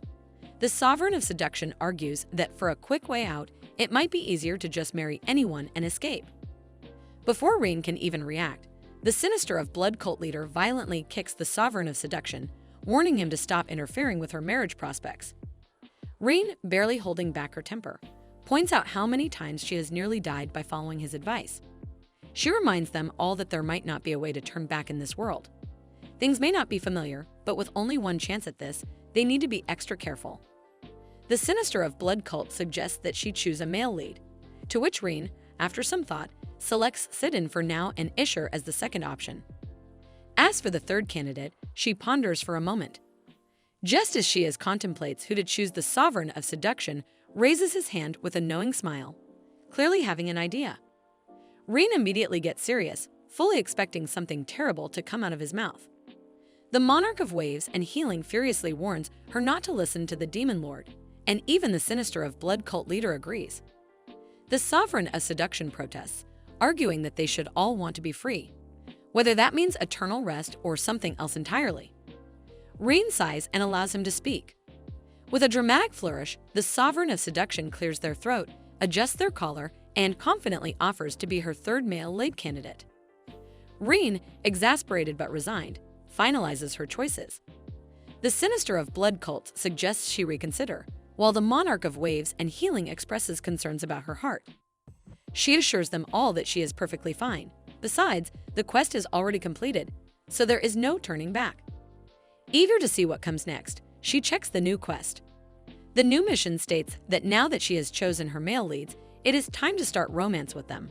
However, before anything begins, she must first check her own feelings. The quest conditions state that once her favorability towards a male lead exceeds 100, she will fail to return to her original world. Rein, upon reading this, throws the quest slate across the room. What kind of quest is this? Making her wonder if the system really trying to help her, or is it just messing with her? The system chimes in, informing her that she can check her favorability points at any time. She scoffs, thinking that reaching 100 favorability points should be easy. She can just pick anyone and be done with it. But before she can act, the sinister of blood cult leader yanks her away, while the monarch of waves and healing physically blocks the favorability check window. The sovereign of seduction vehemently opposes her rash decision, urging her to think carefully. Rein, irritated, demands to know why they are making such a big deal out of this. The sinister of blood cult leader bellows at her to take a good look at her past relationships. Rein freezes. What past relationships? She's never had anything like that. And that, the sinister of blood cult leader points out, is precisely the problem. She flinches. Does she really seem like someone incapable of forming relationships? The monarch of waves and healing remains silent, which somehow feels worse than if they had spoken. Flustered, Rein argues that they are being ridiculous. The monarch of waves and healing gently reassures her that she has been too busy fighting to even consider dating. Rein, now even more frustrated, throws up her hands. It's not that she can't have a relationship. It's that she simply never had time for one. Everyone continues pushing her, making her question if she should just go through with it. But ultimately, she doesn't trust herself either, so she decides to be cautious. Being careful won't hurt after all. She resolves to return to the capital first. She will check her favorability only after meeting her chosen male leads face to face. Before she leaves, Sidon informs her that he has some business to handle here, so she should head back alone. Rein, sensing something off, worries about the importance of this task. Sidon's expression suggests he wants her to take him along, but he ultimately can't leave. He reassures her that it is important work and that the priests haven't found anything yet. Rein smiles knowingly. Of course, they haven't found anything. She hid the tower using her magic, and not even the Pope would be able to locate it. She offers to stay longer, but Sidon insists that she should go. Proud of him, Rein pats his head. She had expected him to beg her to stay, yet he held back, afraid that pushing her would make her reject him instead. He sighs, resigned. He can't help it. He is her disciple after all. Unlike that fake lover, Rein can see that Sidon is really holding onto the idea that he wants her to play with him alone. She struggles to decide whether he is a fox or a dog. Normally, she wouldn't be swayed, but Sidon being handsome makes her unable to resist. His jet black hair and emerald eyes are striking enough, but the way his face lights up when their eyes meet. Oh, it's unfair. Before she can spiral any further, Kirill interrupts her thoughts, questioning why she is grinning like an idiot. Embarrassed, Rein immediately changes the subject, asking Kirill if he wants her to teach him how to speak nicely again. Kirill burns with anger. Does she really expect him to speak nicely after everything? And if she even realized how hard he worked to clean up the mess she left in Duke Marcus's garden? Rein tilts her head, questioning if it was really that bad. Kirill finds her nonchalance absolutely ridiculous. After she disappeared, people hounded him for answers. Some even stalked him, desperate to uncover the secret. Rein, unbothered, knows that even if they did find out the secret, they wouldn't be able to use it. After all, the skill in question is none other than the blood cult's secret technique, Extreme Blood Meridian. As its name implies, This skill requires enduring tremendous pain and weeks of training to gain power. Only those with fierce determination and resilience can master it. Ordinary people would simply die. Kirill, still fuming, demands to know where she even disappeared to. Rein, instead of answering, starts poking his face, pointing if he was missing her or something. Feigning innocence, Rein calls him dearie and teases him about how easily he reacts. If he flinches from just this, what will he do when he actually gets hurt? He is supposed to be a top-tier sword expert after all. Kirill gets all embarrassed that where the hell does she even learned this grandma tone from? The sinister of blood cult leader, watching from the sidelines, fumes at Rein for treating Kirill like a weakling. The sovereign of seduction clicks his tongue, stating that Kirill isn't weak, he's simply too strong. Rein quickly gets back on topic, asking Kirill if he has uncovered anything during this time. Most of what he found were just rumors about Talia. The divinations performed at the last party only revealed vague truths about those who tried to kill Lian. Not particularly helpful. Kirill grumbles, wondering why she expected anything more. But Rein isn't looking for just what people see, she wants the full picture. She wants to find the real mastermind behind all of this. Kirill stares at her, exasperated. And just how is he supposed to do that? Rein gives him a tongue twister of an answer, suggesting that he find someone who benefited without doing anything. Kirill mulls it over. Does a person like that even exist? If the target is Isher, there's only one person that comes to mind. At the same time, both of them say it, Princess Aiden. Rein, smug, pokes him for guessing correctly. Kirill groans. Even if the princess is suspicious, how are they supposed to prove it? Rein grins. There's only one way to confirm it, by meeting her in person. She starts whistling, and Kirill stares at her for a moment before realization dawns. He screams, knowing exactly what she is planning to do. She smirks, and just like that, Rein suggests Kirill to go to the Imperial Palace.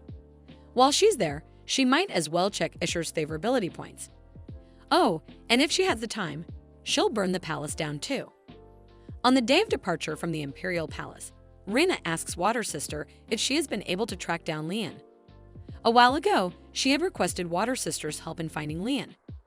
As the monarch of waves and healing, the guardian of all waters, Water Sister is naturally adept at tracking. As expected, she had indeed found faint traces left by Lian. Everything happening now could be resolved if Lian were here. Instead of waiting for Isher and Sedin to find Lian, Reina smiles, deciding that it would be much faster if she went to find her herself. However, Water Sister informs her that the traces of the Saintess have suddenly disappeared. This is annoying. Reina asks where was the last trail. Water Sister conjures a shimmering map of the Empire made of water. The last known location, a place they had visited recently, the one with the tower. It's the right path, but not exactly there, Water Sister clarifies.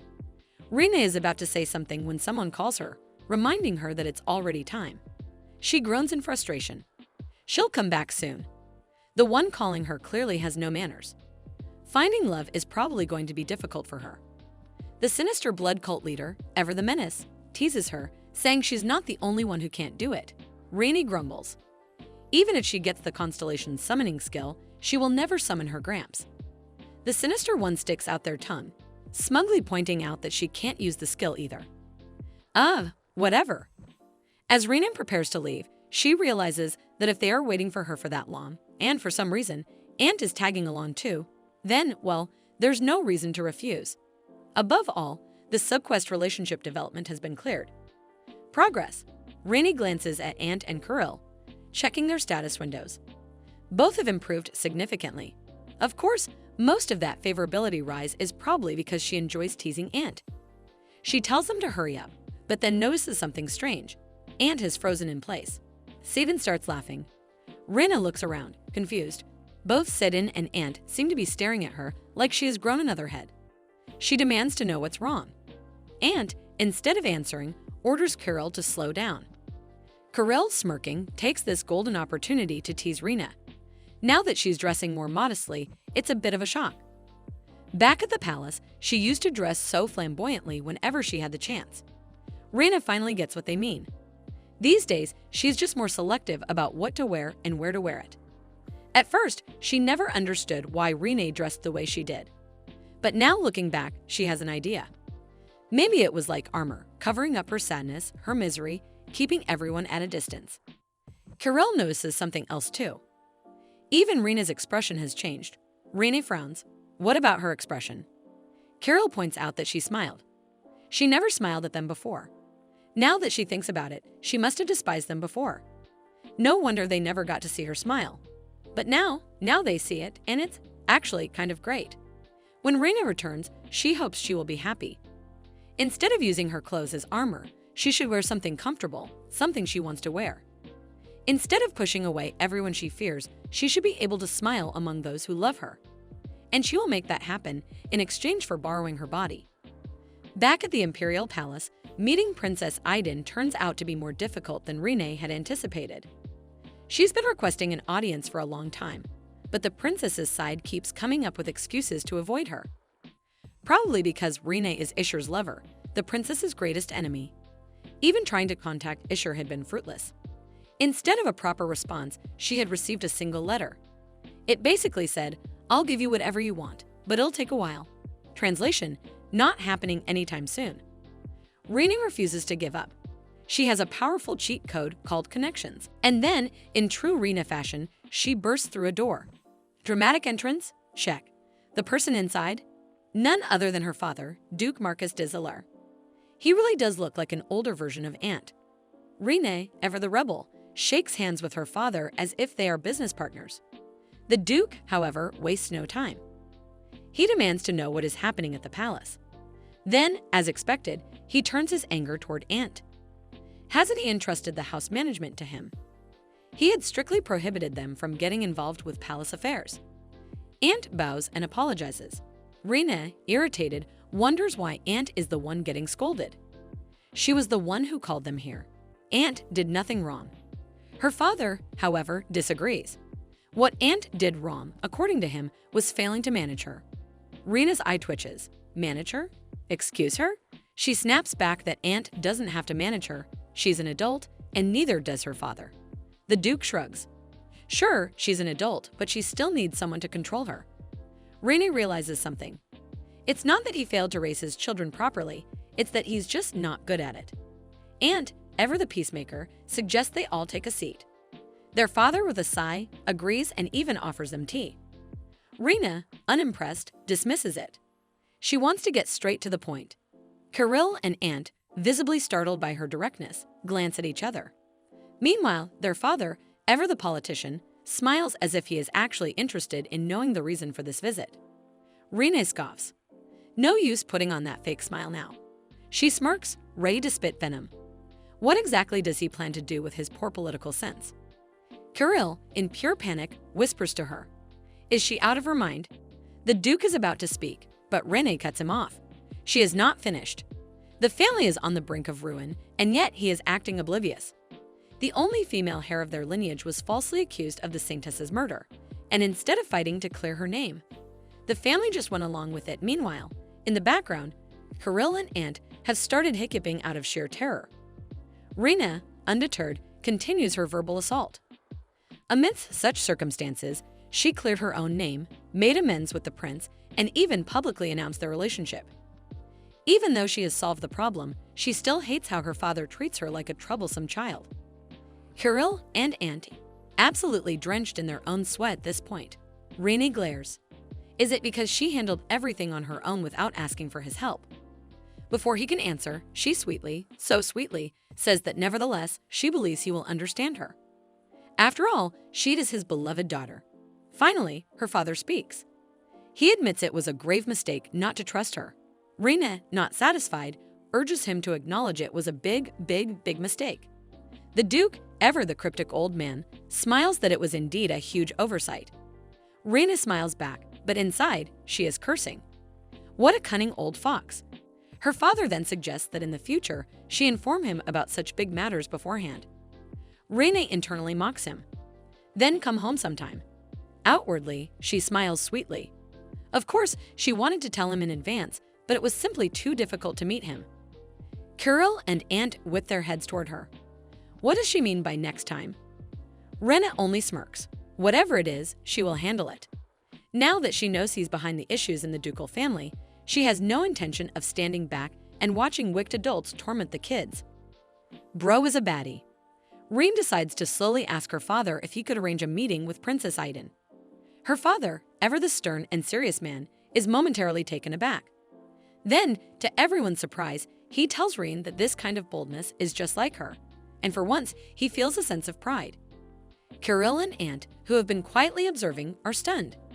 This is the same father who once worried endlessly about Rein, the daughter who couldn't wield a sword and had only her pretty face to offer society. The same father who feared she'd be swallowed up by rumors and intrigue. Yet, here she is, standing confidently, doing her part for the family. He smirks, realizing that in some ways, she's actually better than those who failed to become sword masters despite having all the advantages of their noble lineage. Rein, ever sharp, immediately catches on. Oh, so he's praising her, but only to make a comparison. How very fatherly of him. With a mischievous glint in her eyes, she points out that it's rather odd, since he himself is not a sword master. Her father freezes. Kirill and Ant, meanwhile, can only stare at Rein in bewilderment. Realizing that she's poking at a sensitive spot, her father tries to make an excuse. During his time, he says, he had to go to war constantly, carrying the weight of the family on his shoulders. Unlike her, who had the freedom to dedicate herself to swordsmanship solely because of his sacrifices. Kirill and Ant's eyes widen. Rein, playing the innocent fool, tilts her head and hums thoughtfully. From what she has heard, after each generation, teachers tend to train their students at an even higher level, surpassing their innate abilities. Could that be why her father is considered a high-tier swordsman? Kirill and Ant wonders if she is trying to placate them. Their favorability toward Rein skyrockets by 50 points. Rein, beaming, exclaims how impressed she is by her father's high-tier status. Then, just as sweetly, she apologizes for implying earlier that he couldn't wield a sword. Her father is simultaneously furious, acknowledges that it's good to know he's still being recognized. Somewhere in the shadows, the sinister cult leader watches with amusement. He praises Rein for poking at the Duke's deeply buried insecurities. Meanwhile, the monarch of waves and healing sighs in exasperation. It seems their demons have once again lost their jobs for the day. With her father now in a strangely good mood, Rein takes the opportunity to return to the main point. She had nearly forgotten why she was here in the first place. She politely requests that he arrange a meeting with Princess Aiden. Her father assures her that it won't be difficult at all. But of course, he's curious. Why does she want to meet the princess? Rein casually replies that she simply wants to say hi. After all, there have been some rather surprising developments recently for her. Oh, how convenient. Not only has she secured a meeting with the princess, but she has also gained something extra on her side. Now, things are finally starting to make sense. The entire ducal house had tormented her for years, but how had they managed to do so? The answer is clear. The vast, powerful ducal house, her own family, had been shaped into its current state by none other than Dezeller Marcus. Her father, sensing her thoughts drifting, asks if she has anything else to say. Rein, deciding she's done enough for today, quickly bids him a good rest and makes her way out. Now onto her next destination, Silver Eagle Palace, the residence of Princess Aiden. Guarded by the Silver Eagle Knights and filled with pure silver energy, the palace radiates nobility and prestige. Rein, however, is far from impressed. Standing there, waiting for minutes, actual minutes, she seethes with frustration. Why must she be kept waiting like this? Why is everyone here so obsessed with these outdated customs? The palace, old-fashioned. The princess, old-fashioned. Even the very constellations in the sky, old-fashioned. The sinister cult leader wonders if perhaps he, too, is considered old-fashioned. Meanwhile, the monarch of waves and healing gazes blankly into the sea.